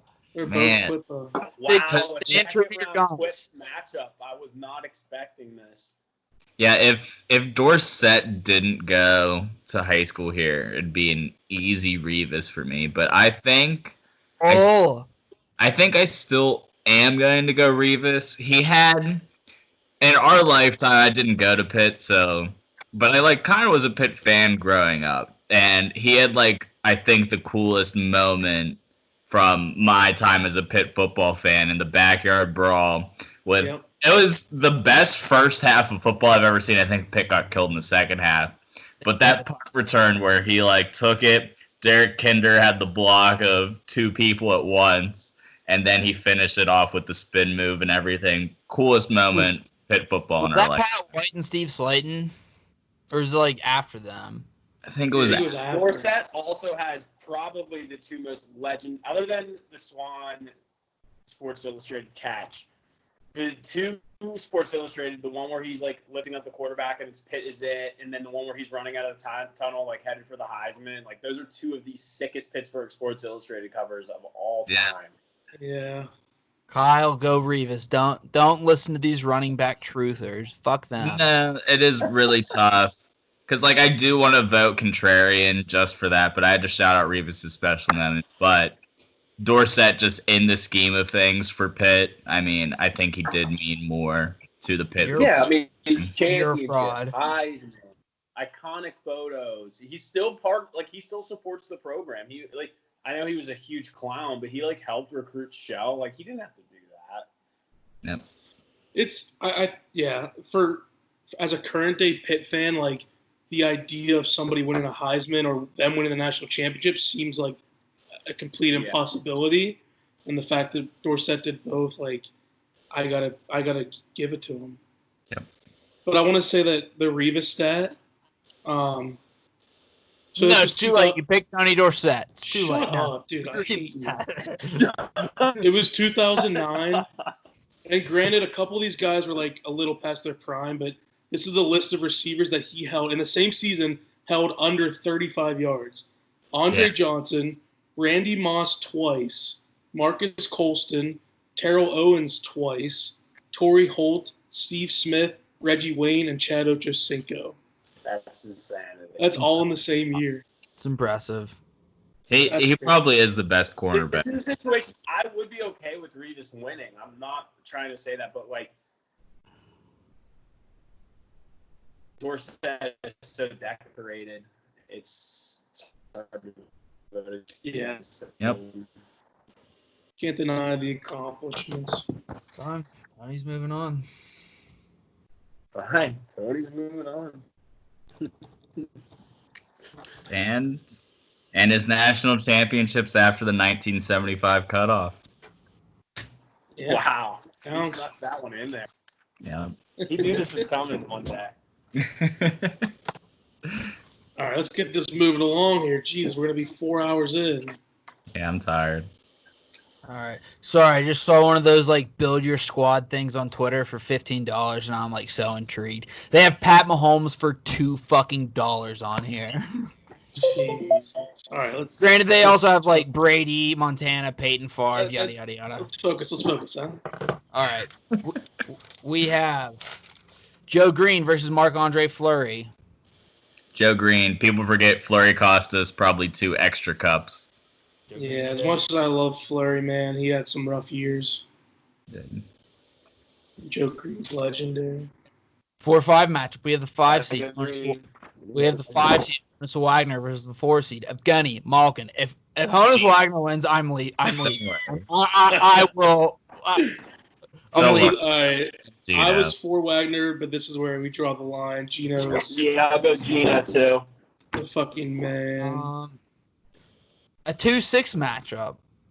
The 2 seed Willie Stargell versus the 6 seed Hines Ward. And I'm going Hines because I've never watched a Willie Stargell highlight in my life, and I really liked Hines Ward. It's an easy Hines Ward for me. And I'm not just saying that to be like a dick. Oh, the Pirates, yada yada, they stink. No, Hines Ward's my favorite Steeler. See, your part stuff doesn't matter because you hate Kutch. So hang on. Let me see. Willie Stargell. I feel like Willie Stargell's stats aren't that great. Oh no, they are pretty good. It's got to be Willie for me. Yeah, it's. I mean, Dude, that statue. He's a slugger. yeah, he was the face of. I mean, they won what? He won 2 World Series. I mean, Hines won 2 Super Bowls. He won an MVP. He won an MVP in his age 39 season. That's so crazy. Holy shit! Yeah, I'm going Willie. Kolek. I'm saying Willie. History will remember me on the right side. Yeah. In the last matchup, we have the 7 seed Brandon Knight versus the 14 seed Antonio Brown. Wow, what a weird matchup. Again, AB might sneak himself into the Sweet 16. he's got 1 vote from Hazleton. You should have barred him from the tournament. Dude, yeah, he was a dickhead. He's also arguably one of the best streeters of all time, like a top 5 receiver. Yep. Yeah, I think I'm gonna go AB too. I hate to do it. Dude, is AB about to make a run? Keep going on a run. Let's go! Let's go! Is Kolek really choppy for you guys? Yeah. Yeah. Yeah, your quality is lagging, Christian.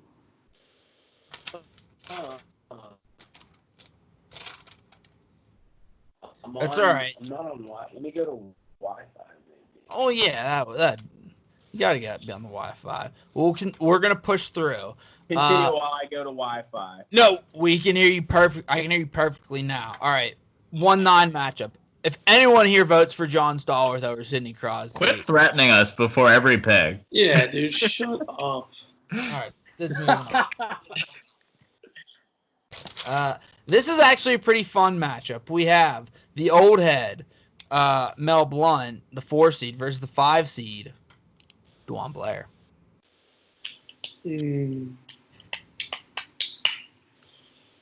Like, Mel Blount's arguably the best corner in history of football, but Dwan Blair was super fun to watch at Pitt. Super fun to watch at Pitt. I'm gonna go Mel Blount to be on the right side of history, but shout out Dwan Blair for sacrificing both of his knees for the good of Pitt basketball. That poor guy literally has nothing left, like 2 years into an NBA career, just because he was grinding that whole time. And he was probably the most like fun center / power forward down low big guy Pitt had at the time. It's an insincere shout out.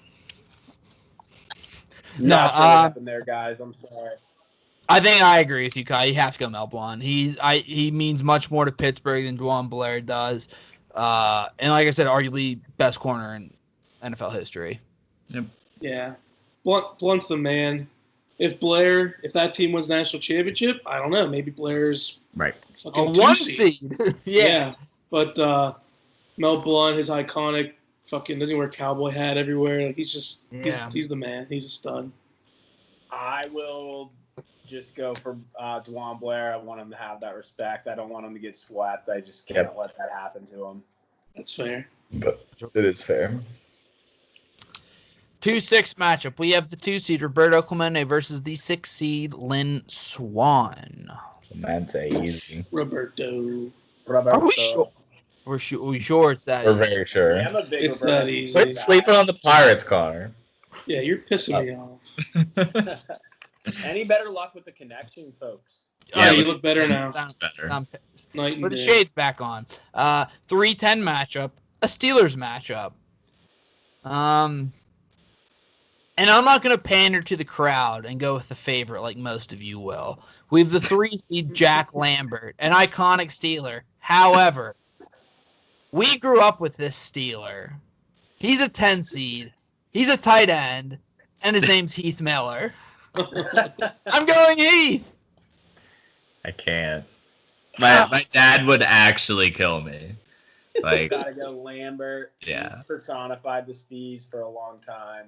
I didn't vote yet, dude. Put your don't. pen down. I'm thinking about this. I'm thinking about all those Sundays I rocked my white 83 Heath Miller jersey. Screamed Heath. And my time in college with Jack Lambert's son, who was a total douche and played hockey at UPJ. No way. Yeah, he did. Oh, man. Good at all. No, he was pretty good at hockey, but it's like, dude. Isn't he's Jack, big, like- Jack Lambert dead? no, I think he's still alive. Okay. Just has no teeth.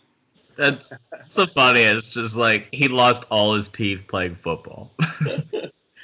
Oh, you know what? I'm gonna have to just go with gotta my block out his son. I feel like he's probably a big influence on this, and he shouldn't be. Yes, he No, he is. He is. Yeah. Do you have a Heath Miller jersey or a Jack Lambert jersey? I have a Heath. Here's the thing. I make a lot of these picks with my brain and not my heart, and I want to make this one with my heart because I love Heath Miller so much. I think let's see what the Chukan has to say. Yeah. Go! Let's go! Heath is just ultimate grinder. Like he doesn't need any fucking Needs acknowledgement. no shine.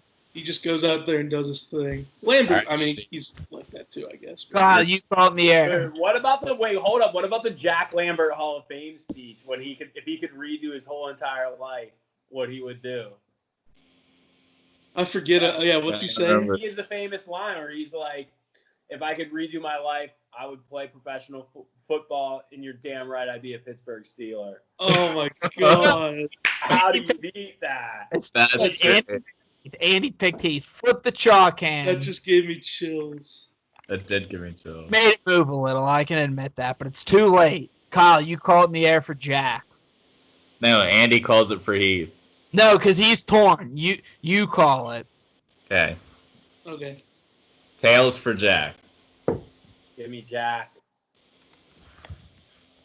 It is tails. All right, I feel better about that. Yeah.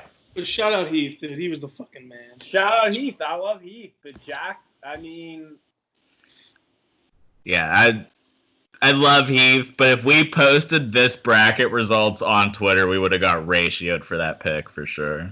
Yeah. No. did you ever see the clip? It was in the Super Bowl. Like the Steelers kicker missed a field goal, and the guy for the Cowboys sarcastically like tapped him on the Yes. back of the head, and Jack just fucking knocked him out. Dude, yeah, Lambert grabs him and just throws him on the ground. Dude, it's fucking awesome. That is awesome. All right. Sweet 16. We have the 1 seed Mary LMU versus the 5 seed Andrew McCutcheon. I'm not going to say anything. I'm gonna let you guys decide. No, that's easy, Mario. Still, I love Kutch. Yeah. He had a great run, and he did not get the proper respect from Connor specifically. But Mario's a 1 That's seed fair, for a reason. fair assessment of me. Luckily, no one values Connor's opinion on this podcast. Correct. Yeah, I hopefully this isn't false, but I give Mario a lot of credit for keeping the Penguins from moving to Kansas City. Like that carries Yeah, a ton yeah. of weight. I was gonna false. save that He for is the like- championship. I'm Yeah, not sure yeah. if he was like propped up as like the knight in shining armor, but He was. I have to think he was definitely a huge factor. Yeah. And I mean, to save a franchise, I mean that's just like Yeah. that's not. I even- will always that's better remember than it. the championship. That's like so next level. Save these points for when he's in the Final Four. Yeah. And All right. Is that, That's the big one.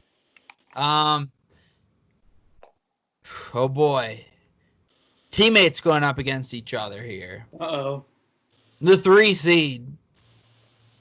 It's Palomalu versus the 2 seed, the quarterback, number 7, Big Ben. Big Ben. I think it has to be Big Ben. Big Ben. Good, because that gives us the Elite 8 matchup we deserve. This, You know Yes. what? I'll be honest. This isn't even just a courtesy vote. I'm going Troy.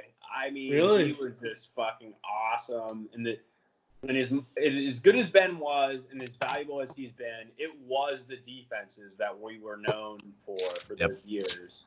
Yeah, you're right. Especially that first Super Bowl. Ben was non-existent. Yeah. He wasn't great in the second one either. He just He had was the pretty winning decent drive. though in the playoffs. Ben was pretty good. Yeah. Like, Yeah, he was. And the thing about Ben was like he was a game manager that year, but he could also make any throw when it came down to it. Good. Yeah. I do remember in their first Super Bowl run against the Broncos when they it was at the end of the half. He had a touchdown. I was like looking at the sideline, does like double pistols towards the sideline. That was pretty cool. Yes. It was. Double pistols. Big fan of the double pistols. Anyone that does that has my heart forever. Both these Troy matchups, also played like shit against the Packers. That he did not have a good game. but wasn't Pouncey also hurt though? That matters. That was a huge factor. I mean, Yeah. the Steelers should have won that game. A lot of things went wrong, but You know, I was just talking to somebody about because like they were replaying that Super Bowl, I think the other day, and I don't think I've even watched highlights of it since it happened because I don't remember how the game went. I remember One Mendenhall really fumbling. sneaky thing that was going on in that game was Emmanuel Sanders was having his coming out party, and then he got hurt in the first Oh. quarter. Yeah. He cured his dick fingers. He was playing really well, like the first drive or two, and then he just got hurt. That's It where the Aaron Rodgers hate started. That man deserves zero. It also didn't help that Rodgers was lights fucking out in that game. He was Yep. so good. Yeah, okay. Yeah, no, he was amazing. Yeah. Speaking of that playoff run, Kyle. let's just do that really quickly. To Antonio Brown, do you guys remember the Ravens game when they were down big, made that comeback? And this before he was Antonio Brown, and Ben made that like deep pass from down the sideline. He like kind of pinned it up against his head. Yeah. Yep. It's great play. Okay, Shout out. incredible. Oh yeah. Okay, we're moving on. Both these matchups are pretty fun, and I'm gonna start with this one first. We have the 3 seed Heisman winning running back Tony Dorsett of the University of Pittsburgh versus the 4-time winning Super Bowl quarterback Terry Bradshaw. This is interesting. I do not feel strongly one way or the other. I mean, I will admit Dorsett's at a disadvantage for being a running back, but I'm Yeah. open to swayed. Yeah. Yeah, Now- I think that's the. Sorry, Kyle. I think that is the problem. That's why I'm going Terry. 4 Super Bowls for the Steelers just means more than one national championship in Heisman for Pitt. Yeah. Yeah. I think I feel the same way. I'm going Terry. I'm running to the bathroom. I got a small bladder. I'll be back. Small dick. Candy. Oh. It was like right before we went to college when we were in Colk's house in his basement, and you changed his status on Facebook to Christian Colk is like just casually jerking off like Men's Health magazine. What was it to again? That was it. It was Men's Health magazine. I remember that. Just casually jerking off. I'm gonna Casually is what makes it so funny. I'm gonna That wait was for the best. When Oh, that, when that was a thing.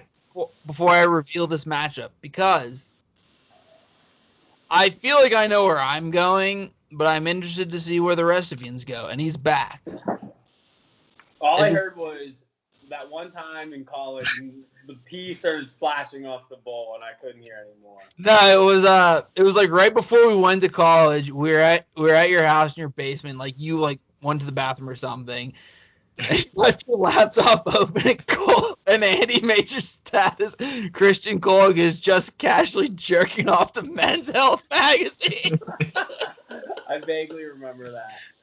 All right, that's the Like matchup. doing that. It's a 1-4 matchup. We have the 1 seed, Arnold Palmer, a drink named after him, a delicious drink, versus the 4 seed from Czech Republic, 68, for the Pittsburgh Penguins, Jaromir Jagr. Damn. I gotta pull up Arnie's stats. I gotta see what he's working with. They're stupid. Is it just like dominant? I don't think he has as many Arnold majors. Palmer is like credited for bringing golf to like the common man. Yeah. And that's so Pittsburgh. Yeah, that's like a huge Yinzer accomplishment. Wait, I keep asking Siri by accident. Oh, shut up, Siri. What were you guys saying? She's trying, man. He's credited for like golf was strictly like a country club sport until Arnold Palmer. Yeah, he's like the one who really kicked off like the British Open. Like nobody used to go to Europe for golf tournaments. He was like one of the first ones that actually made that a thing. Like, I think he made that become a major. Yeah, that's true. But I actually don't know if that's true. But what I was saying more on the lines of like the common man. I see what you're saying. He was like the white. Does anyone know where he went to college? An ACC school. I'm on his page. So no, Wake Forest. Bingo. Yes, nicely done, Gunta. 7 major wins. 7? 7. Kind of thought it'd be more, but Same. Never won the PGA Championship. 7 is like 5th all time, isn't it? Yeah. I mean, compared to like Jack and Tiger, though. Yeah, what are they? What is? Yeah, Jack is like, don't they have 15 or 13? Jack has 18. I think Tiger has 16. I want to say. Yeah, those guys are crazy. But I feel like Rory's like year 7. Really? Let's see. I'm going Jagr. I don't fucking care. I think Yager's great. I think he's awesome. The mullet. Yager's so swaggy, dude. Like he's the reason that like if I create an NHL player, I do the jersey tuck. Yeah. Like I love the number 68 for some reason. It just all looks so cool with the long hair. Do the right thing, Andy. So we have 1 for Jagr. That's me. I'm a diehard Arnie guy by no means, but I'm going Well, Arnie. he's got 4 majors. I know. I don't know. I think the fact that Arnie's dead too, that really gives him some more cred.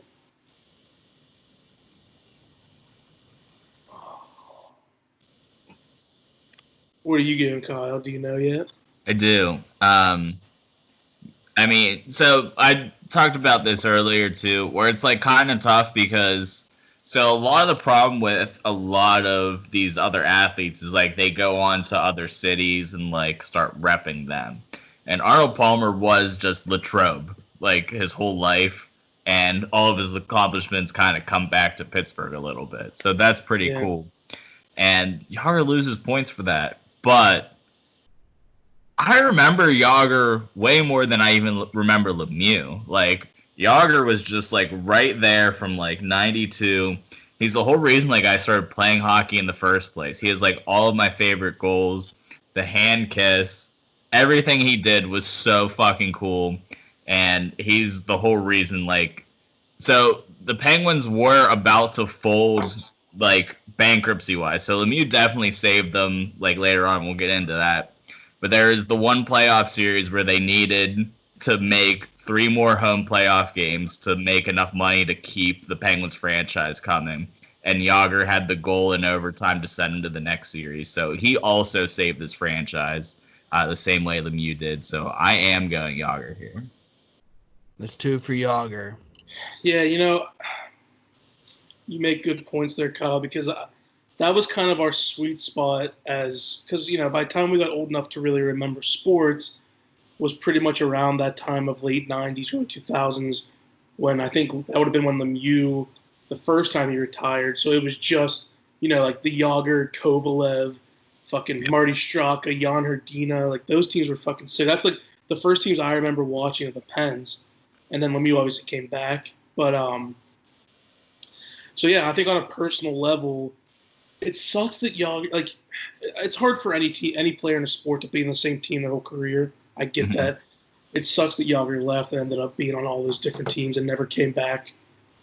But I think I'm gonna go Yager too, man. Like to win back-to-back cups, like that's a huge. As a rookie, that's a huge accomplishment, and yeah, he was so iconic. People. That's great. Yeah.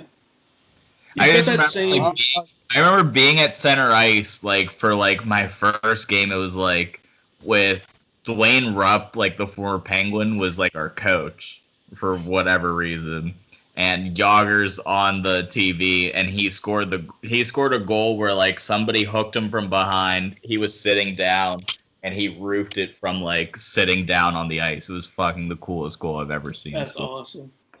Yager had some ties to like Murraysville too. Like he used to show up to the deck hockey rink whenever it was on by Haas's, the old deck hockey rink. Yep. Absolutely. Like the deck hockey league where you and me are both champions of, Andy. Yes. Yes, sir. So he could have watched us. Oh, that Murraysville deck? What the fuck? Wow. I said yes, sir, and Siri pops up. I hate her. You don't. Invasive bitch. Last two regions. A 1-4 matchup. We have the 4 seed, Mel Blanc versus the kid named Sid. That's Sorry, Mel. Sid. Poor Mel just ran into a buzzsaw. He didn't stand a chance. I think Sid's cakewalking to the Final Four, and I am here for it. 2-3. God. Like dads of Pittsburgh, they would argue about this for weeks. The 2 seed Roberto Clemente versus the 3 seed Jack Lambert. Oh. Like they would argue about this for weeks. Do you guys remember the Roberto Clemente that came into our elementary schools and like did that play? I do because that's why I don't like. Oh my God, Arriba! Yeah, fuck Roberto. Dude, I remember that. That ruined them for me. Not even kidding. Like that play ruined flying for me because I was still a young lad. I used to love flying, and they're like, "Yeah, Roberto Clemente died in a plane crash." I'm like, "Wait, that can happen?" And ever since then, I've just been terrified of flying. I'm flying. Like, yeah, I'll do it, but so you hate Roberto Clemente because he died in a plane crash. And somebody I don't. It's not. It wasn't his fault, but it doesn't do him any favors. He died with exactly 3,000 hits. I feel like that's iconic. It is. Yeah, it's pretty cool. It's pretty tragic, man. It's actually a pretty tough matchup. Should we get to the coin toss? Like, I feel like that's the only fair way. I'm going Roberto Clemente here. All right, Gonta, let me get you on Lambert. I'm gonna read this clip from his Hall of Fame speech. Okay. You're done. You're going to be in a puddle of tears. I was so fortunate to have played on some of the greatest teams of all time and arguably the greatest defense ever assembled. Very humble of him because it was clearly the greatest defense ever assembled. And finally, how fortunate I was to play for the Pittsburgh fans, a proud and hardworking people who love their football and their players. If I could start my life all over again, I would be a professional football player. And you damn well better believe I would be a Pittsburgh Steeler. Yeah. There's my pick. Done. It's over for you. That's I honestly teared up.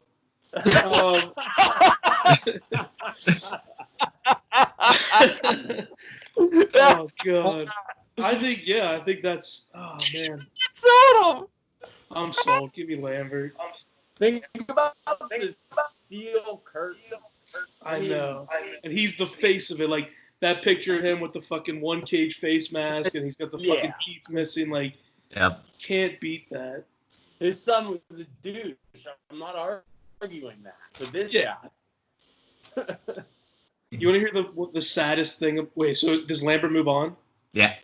The Roberto Clemente, I remember reading this article, and like I seriously just like broke down and started crying. It was like they were talking about, obviously after he died, blah blah blah, and they said that all of his teammates were at his funeral except for one player, and it was Manny Sanguillen.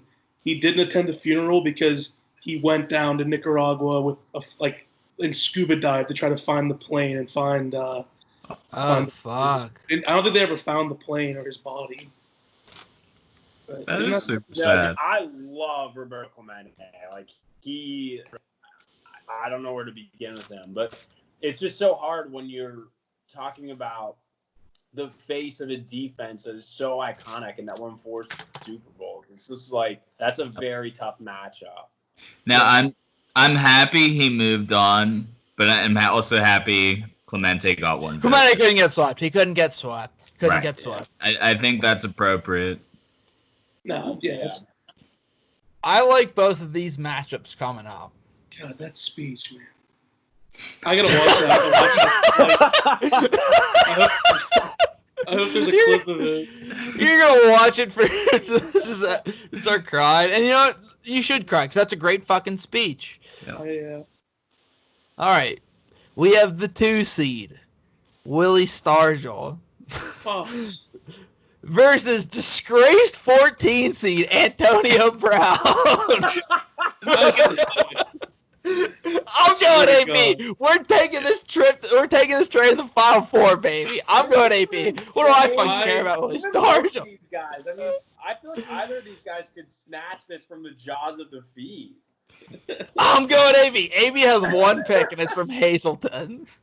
Dude, he was an incredible receiver. I get it.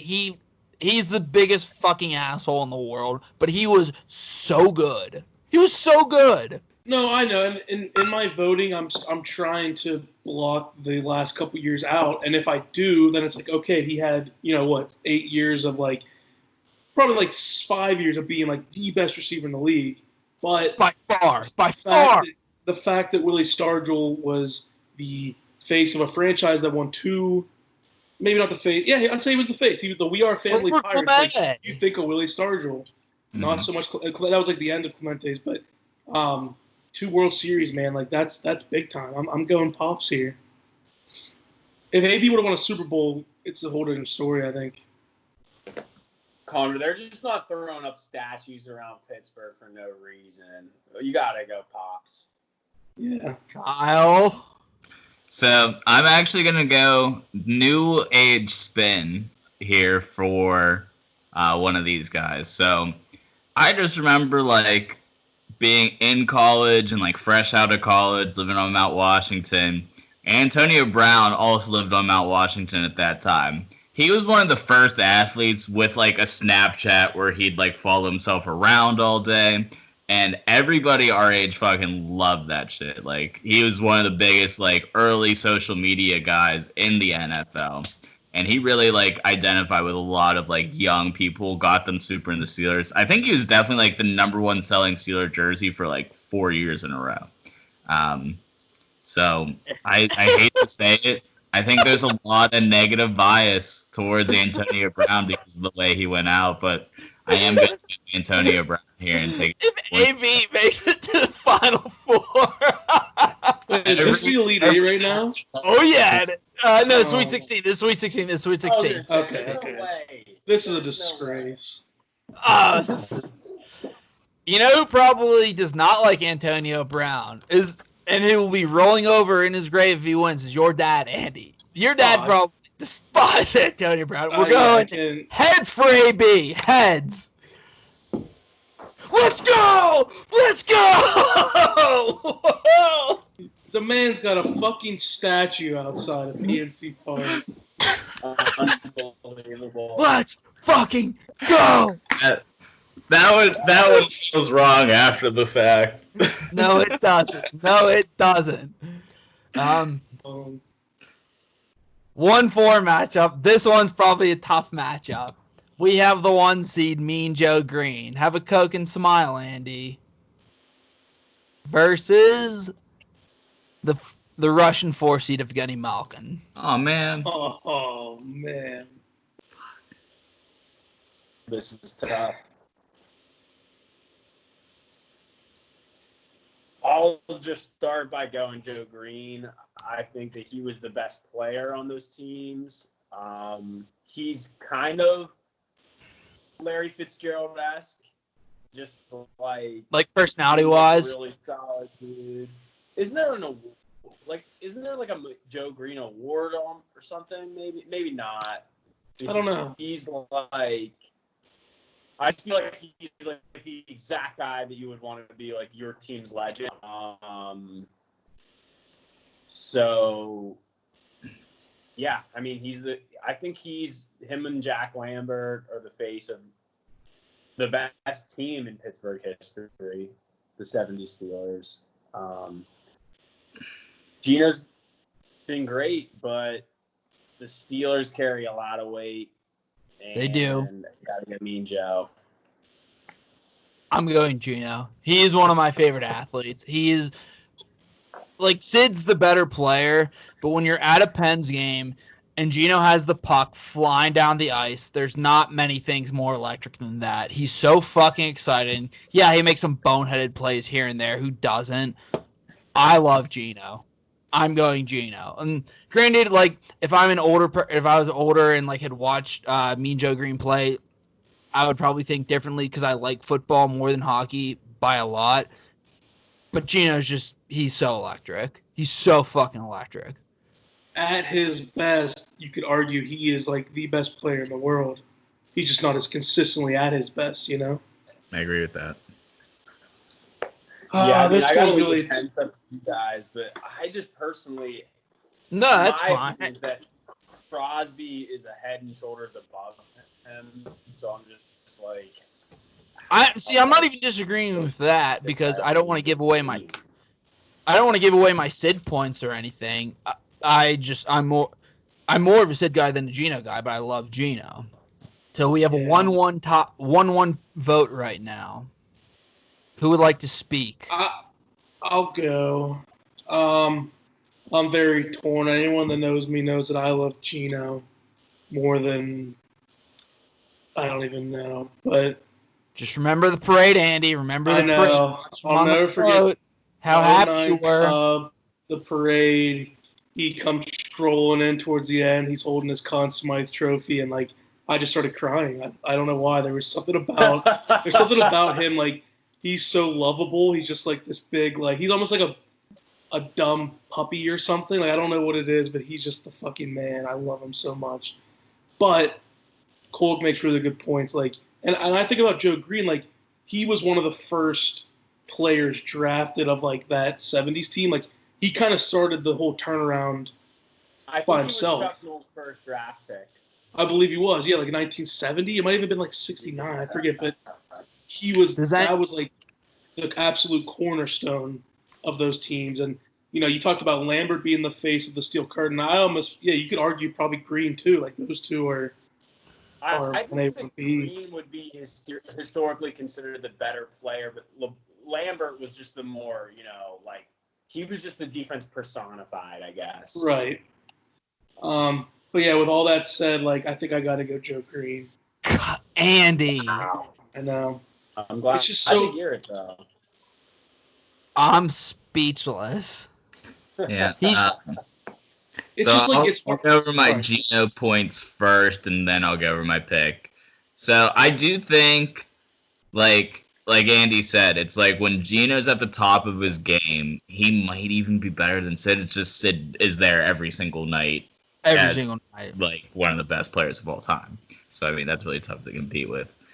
But I think it really speaks to Gino's like ability. Like whenever Sid goes out for the year, it happened like 2 or 3 times. He's right up there in the Hart Trophy ratings every year, just like picking the mantle up, carrying the team on his back to the playoffs. And sure, they probably can't really win the Stanley Cup, but he can take them to the playoffs as the team's best player. I think that's super cool, especially because like he's willingly taken a backseat to Crosby his whole career, where he's just been That is like, such a good point. that is such a That's what I Pittsburgh was just thinking. making it about the team more so than you, and Never complains. never complains about it. But I am sorry, Connor. I do have to vote Mean Joe Green. Oh, It hurts. It hurts me very much. I did But not see that coming. he was like clearly the best defensive player throughout the whole decade of the 70s. Like everybody was fucking terrified of him. He had all those like random ad The campaigns. 70s. I know. Give me Yeah. a break. Give me a fucking break. I know. Connor, wow. Alan Faneca would eat Joe Green's lunch. No. Would eat his fucking lunch. God, that's so disappointing. Yeah. I can look any dad in the face though and tell him I voted the right way, because every single one of them would kill us if we voted for Mean Joe Green. Voted Mean Joe Green out. Yeah. It is the best point about Gino though is like you could imagine for most people how delicate of a balance it would be to be the number 2 center, and it's just like assumed that he's okay with it. Like he thrives. He's like, I want to play with Sid forever. He says it all the time, especially more recently. I don't know if that was necessarily always the case, but like over those last 2 cups, they're just like, we're gonna go down with this ship whenever that happens. Fucking Yeah. He deserves a ton of credit for that. Yep. Absolutely. You all voted against him. All right, let's just get this out of the way. This is such a hilarious matchup. We have the 1 seed, the aforementioned Joe Green, versus the 14th seed Antonio Brown. I know who Connor's gonna pick. No, I mean I can't even Chuckwagon. I can't even in good faith take Antonio Yeah, Brown. Like, it's It has to be. yeah, just- If we just pick Joe Green over Malkin, and then you would pick Brown, like that would just be. I'm not even like a huge AB fan. Like the fact he made it to the Elite Eight is hysterical. he deserves to go on a run. To be fair, like he should have been seated higher. It was just me being salty. That's why I put him so low. But Yep. Who did he dethrone the number 3 seed? Who was that? Willie it was Stargell. fucking Willie Stargell. He was Willie Stargell was the 2 seed. He took that. yeah. No, because the 3 seed was Larry Fitz, and he beat him in the first round. He beat Larry I realized Fitz that. and Willie Stargell. You got like when's Larry coming up again? I forgot about that. nobody's gonna watch this once they catch wind of that. We should be ashamed of ourselves. What a fucking They run! should be ashamed of themselves for hating on AB. He gave us a lot. One Yeah, improbable he was. by the most disgraced Pittsburgh athlete ever. All right, the 1-3 matchup to determine who's going up against Mean Joe Green. We have the 3 seed Jack Lambert. Boy, wouldn't that be fun? He's going up against Crosby. I'm taking Crosby. I'm easily taking Crosby. It's gotta be Crosby. Even I have to say it's got to be Sid. Now, Shout both- out Jack Lambert's son, though.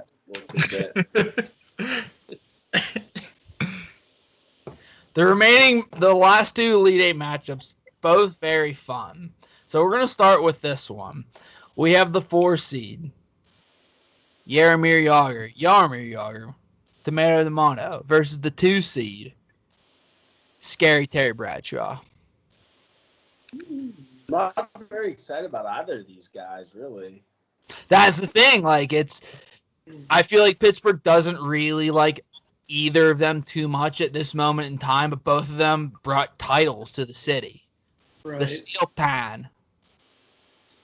Yeah, they are similar in that sense. I think the one point that Bradshaw gets over Yager is that he was a Steeler his whole career.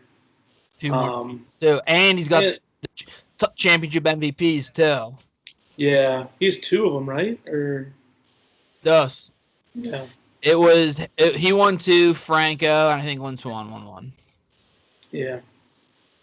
I think, yeah, with that said, man, Yager was so iconic to a young hockey fan growing up, but I That gotta go mullet. Terry. Wow, Terry. I That's gotta what go God. Terry. Yeah, I just kind of wanted to echo it because after I thought about it for a while, and like I was so ready to like come in here and just boot Terry the fuck out because like he hated on Pittsburgh for like so many years. But like all the things we talked about earlier were like he's kind of come around on it, the whole Big Ben thing. He's kind of like mending that bridge a little bit, and that's kind of softened me like towards booting him out for that reason. And then you stack up the accomplishments. The 4 Super Bowls kind of mean more than the 2 Stanley Cups and starting hockey off. It just like I hate to do it, but I think it's Terry Bradshaw easily. Christian. Yeah, for me, it's not a question. And again, I'm not Bradshaw. a huge Terry guy, but having those 4 Super Bowls in your back pocket as a fan is just such a nice feeling. Yeah. Dude, winning 4 Super Bowls as a quarterback is fucking out of control. Yeah, It's like, out of control. there's only, what, It- 3? Brady, Montana, Bradshaw. That's it, right? Yep. Yeah. Terry. Final four. I was Bam. trying to think of that. Does Steve Young have 1 or 2? Just 1? He won one as a think starter. He may just have. one He is- may have like 2 as a backup. Okay, I was trying to think, because I know they had 5 total. I couldn't remember. However, the Super Bowl he started, he threw 6 touchdowns. Wow. Now this is the matchup of the tourney. The matchup we've all wanted.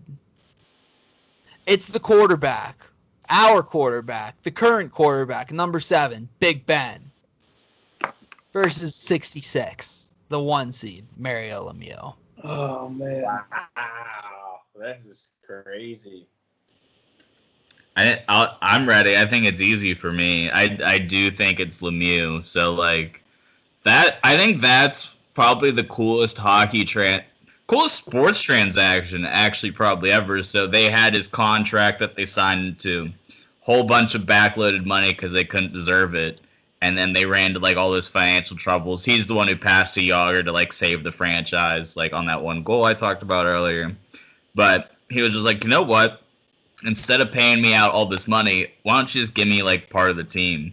And he just like got his boys together. They bought the Penguins out, and it's been history. And it ended up being probably one of the best investments like he ever made. Like ever. Like we've just gone up catastrophically since then. Hockey has too in a way. They're still like kind of behind, but just one of the best bets that he ever made. He bet on Pittsburgh with his entire life savings and got paid off tremendously. On top of all the accomplishments, he's better than Gretzky. Fuck Gretzky and everybody who says that he's better. Points per game, Lemieux's there. The cancer story, too, where he came back from cancer twice to pay, just tugging on the heartstrings the whole way. It's very clearly Mario Lemieux for me, even though Big Ben is the best quarterback in franchise history. I will also go Lemieux. Yeah, I think you have to. As much as I love Ben, man, it's Lemieux. I'll talk more about it next round, but I mean, he saved hockey in Pittsburgh, and to be renowned as like a top 2 player of all time in your sport. Yep. For some reason, Ben doesn't get the. He doesn't get the. Does not get the credit he deserves. deserves. Yeah, No. like. But He's like a top 50 quarterback in my opinion of all time. Maybe right, even. I could never argue he's like a top 5 of all time, but he's definitely like an elite quarterback. Yep. Yeah, I just love Ben's game, the gunslinger. He's one of the few, like, compared to Peyton and Brady, like, Ben's out there fucking slinging, and, like, that's my guy. The Mike Wallace era was the best era, honestly. He would just chuck those bombs. That was awesome. Wallace the King. That was Young Money, right? That was Wallace and Sanders and AB. And AB? Yeah. B. I mean, And he. I will absolutely for sure cry when he's gone. It's going to be a very dark time. I believe in Ben as much as anyone ever, but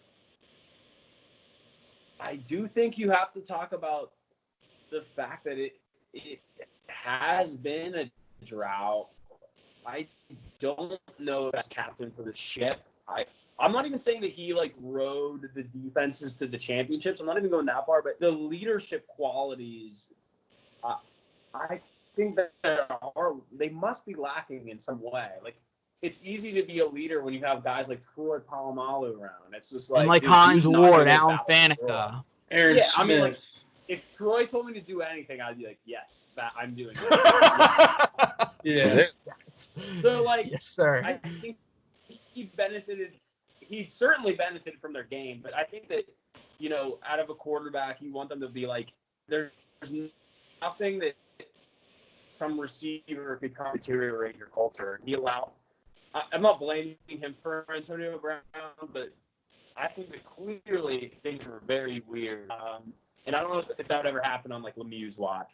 Even though I do think that the Penguins had to suffer through a few stale years because of Lemieux, because he was just like, they're like, well, we can't get rid of this guy. But like, I think it says a lot that they wouldn't get rid of him. And then Crosby fucking lived with him, and then he saved the franchise. So like, I even go Lemieux on this one, even though Ben is just like, You're still a Ben guy. It's on the record. The record will yeah, show Kolek is a Ben Roethlisberger supporter, the biggest.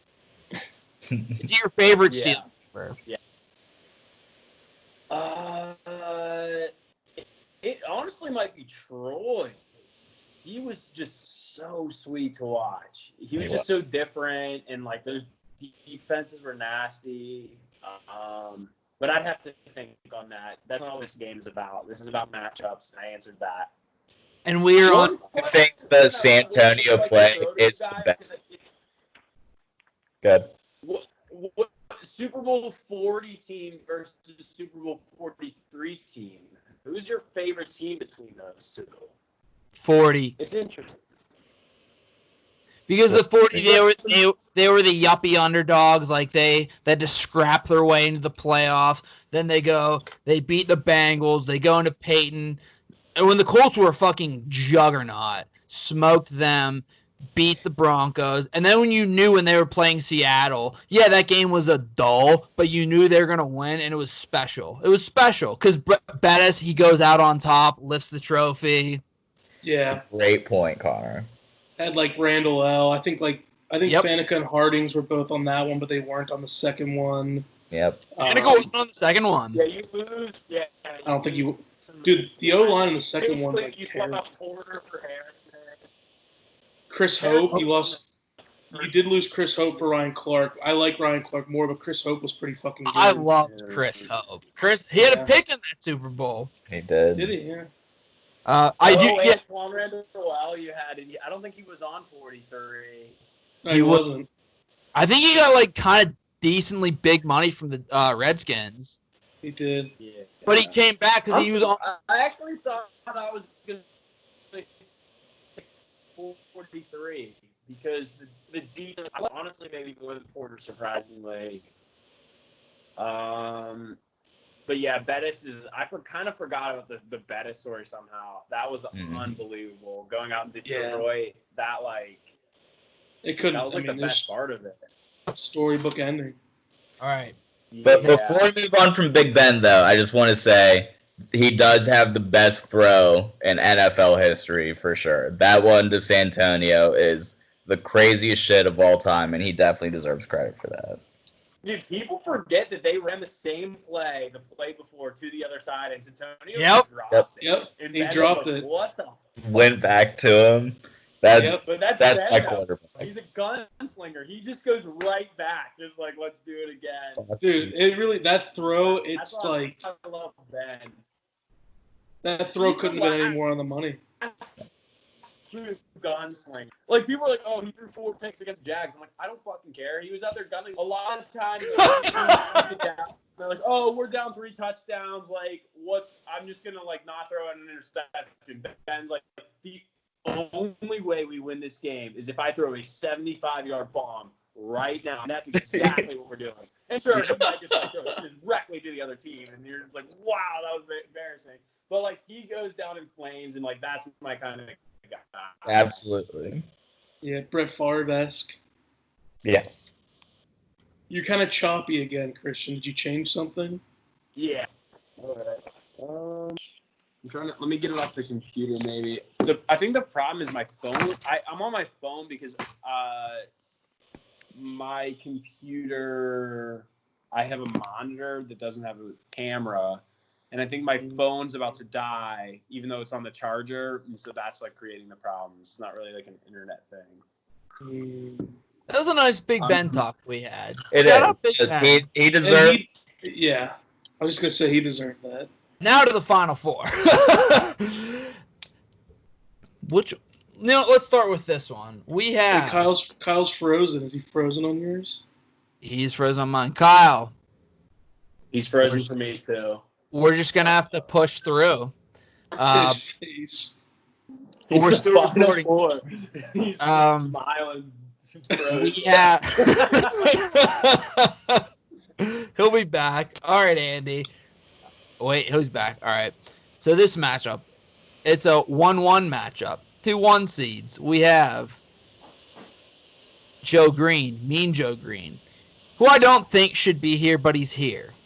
Whatever. We move past it. He may have beaten Gino. Now he's up against Gino's teammate, Sidney Crosby. And his run ends right fucking now. I will not let Joe Green beat Crosby. I think I'm with you on that. Don't worry. Okay, Crosby's moving on to the title. Good. Yeah, even I'm going Crosby, honestly. You have to. Fuck yeah. Now, I think this is probably going to be a resounding win for... This is the dream matchup we all want. If the person who I want to win wins, we have... It's easy. Terry Bradshaw versus Mario Lemieux.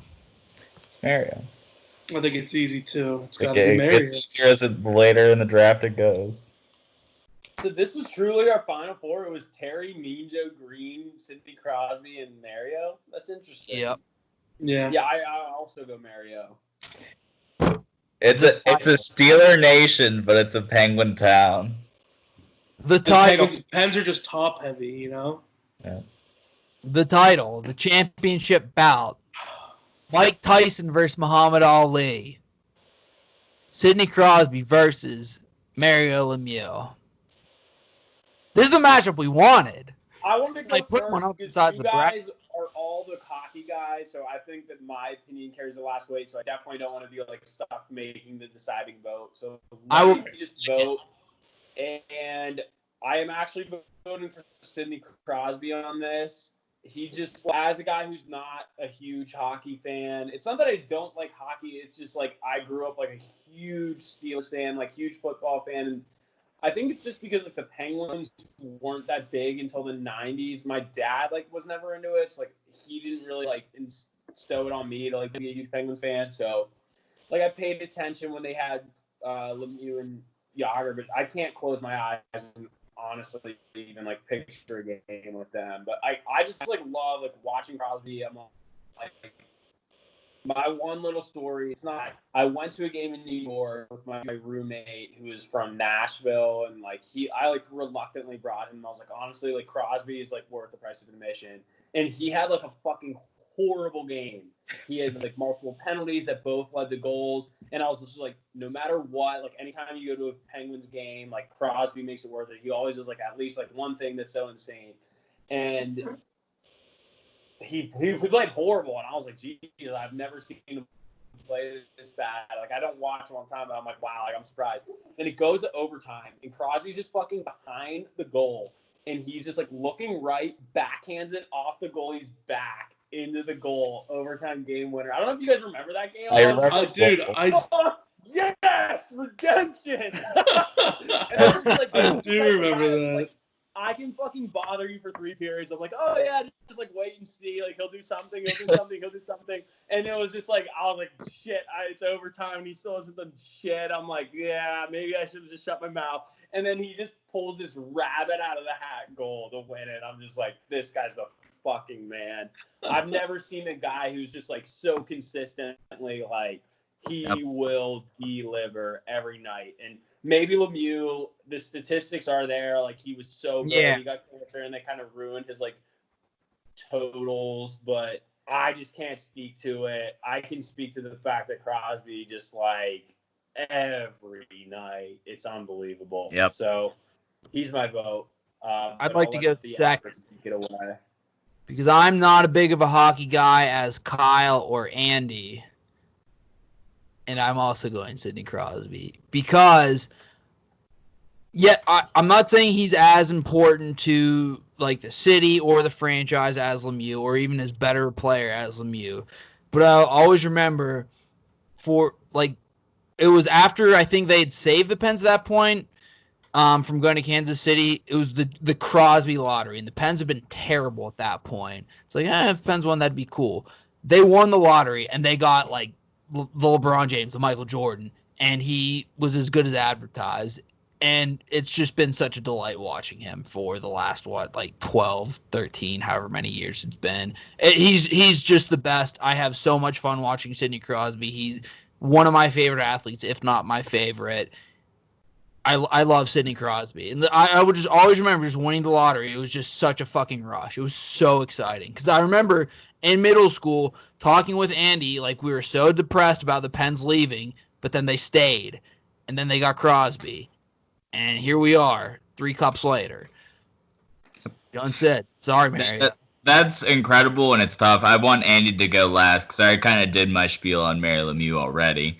That is who I'm going to vote here.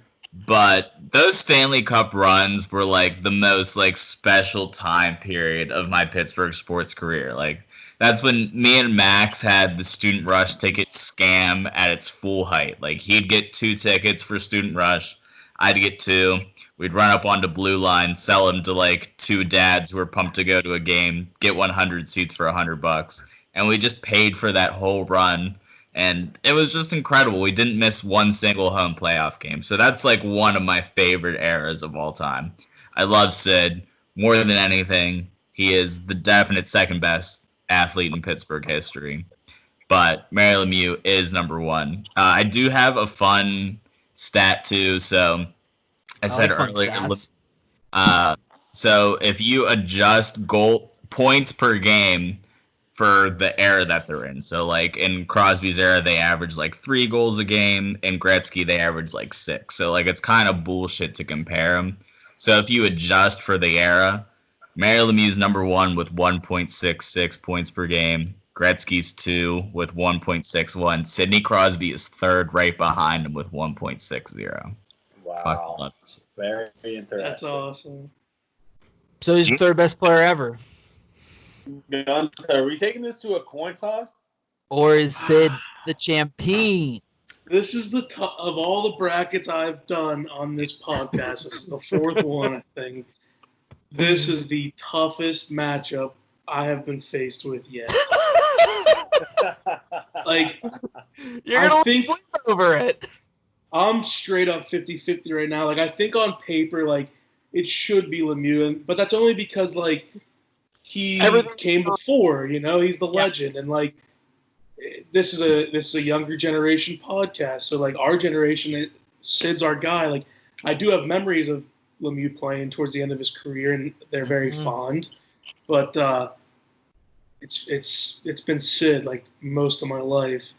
I recently watched, they replayed it on NHL Network, the 3-hour-long, like, history of the Pittsburgh Penguins. And, like, I mean, this is a recurring theme. I just cry about everything when it comes to sports. I'm just an emotional loser. But, like, bro, when oh, my God, there's the one scene. They go through, like, everything. So they talk about, like, Lemieux and, like, voiding his he doesn't want his money, just gets equity in the team, whatever. And then, like, that first game of the next or I forget when he announced it, but he comes out, Mellon Arena, and, like, it's not his style. He's not very flashy. He's a pretty quiet guy. He scored! No. This was after he's done playing. This was, like, when they finalized the deal and Pens were staying. He comes out, and he comes out to the crowd, and he's like, dude, I just want to say congratulations, your Pittsburgh Penguins are staying here in Pittsburgh, and, like, everyone just goes fucking nuts. Like, it's Mario. You can't even express, like, how indebted we are to him. He single-handedly saved that franchise. Like they're the reason that he's the reason they're in Pittsburgh. You know, fuck. But I just think I'm just gonna like. I always make my picks by the book here, but I just got to go with my heart. And like we're a younger generation, and I think Mario would be okay with this because he knows he passed the baton to Sid, and Sid has fucking ran away with it. And I'm going Sidney Crosby, man. Woo! I think when it's all said Let's and done, go! I would argue he's The champ. best. I Yes. love it. And Yes. Here's Yes. cheese. That fucking feels right. cheers to both of them, though, man. To both. Oh. Fuck yeah. Fuck yeah. I know that one's gonna keep you up at night for a little bit, Andy, which I understand because those are your guys. It was But hard you to would do. understand. And Shout out I'll say this too. Mew moment too. Whenever like he like came back from cancer and his first game was like in Philadelphia. Only time like Philadelphia like had a nice sports moment where they all like went fucking nuts for him after that. It's one of my like favorite Yeah. like sports little moments in history. Counter story to that, the 2016 run. Doesn't mean it's Uh, a counter. It could be a supplemental. Yeah, absolutely.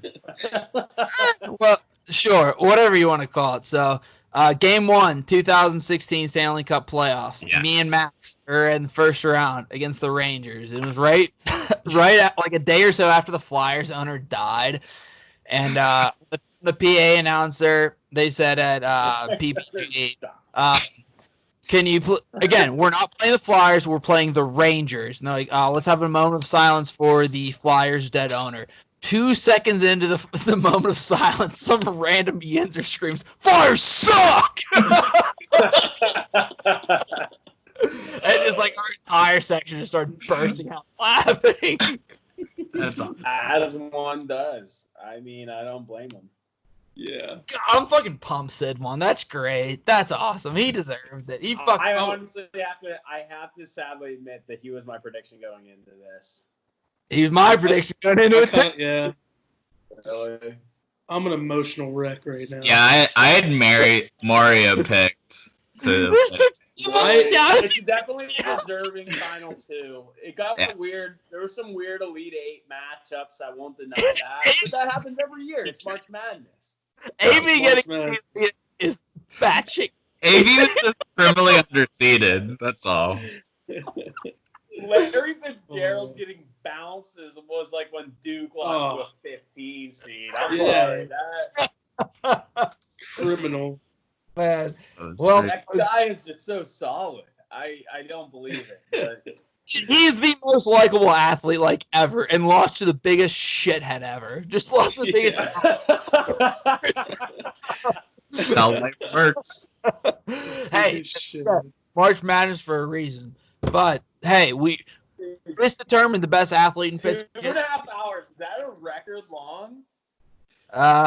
No, last week's with O'Malley was like almost. It was so long. Yeah. That was so That was tough. at like 4 a.m. Was that the one that started at 1:30? Yeah. Oh my! I was exhausted. exhausted. I would love to do an episode for Maley, get inside his brain for a little bit. We'll get O'Malley on. Yeah, he was a good guest. I had fun with him. Oh yeah, I could see it being a good guess. I haven't, unfortunately. I was listening to you guys. It was the perfect Subway listen, and then I left New York, so it's harder for me to just like sit and watch it. Unfortunately, I'm working to get them all on Spotify, so I like bought Yeah. this fancy converter, and I have like the first That four counts as a episodes view. done. Just give us the click. That's all we can ask. Yeah, absolutely. Quick But yeah, click. How do you Spotify register a streaming. play? What does it take? Is it like a certain percentage of the video or something? What was the question? Like a view? Do you know what it takes to get registered as a view? No, I don't. I really don't understand like all the analytics behind it. Like Yeah. Spotify is so easy. Like they tell you like if somebody clicks on your podcast like every single time that happens, and every time somebody clicks on an episode or whatever. YouTube is just weird. Yeah. Well, Everyone, this was a fun episode. Christian, thank you for coming on. You're now a recurring guest. We'll have you on again in the future. Andy, you'll be on next week. Kyle, I'll see you whichever day we record next. Shout out Sidney Crosby and every other Pittsburgh athlete. Congrats, Later, folks. Sydney. Congrats. Guys. And Later. Mario, love you, Mario. Love you, Mario. See you guys. Cheers.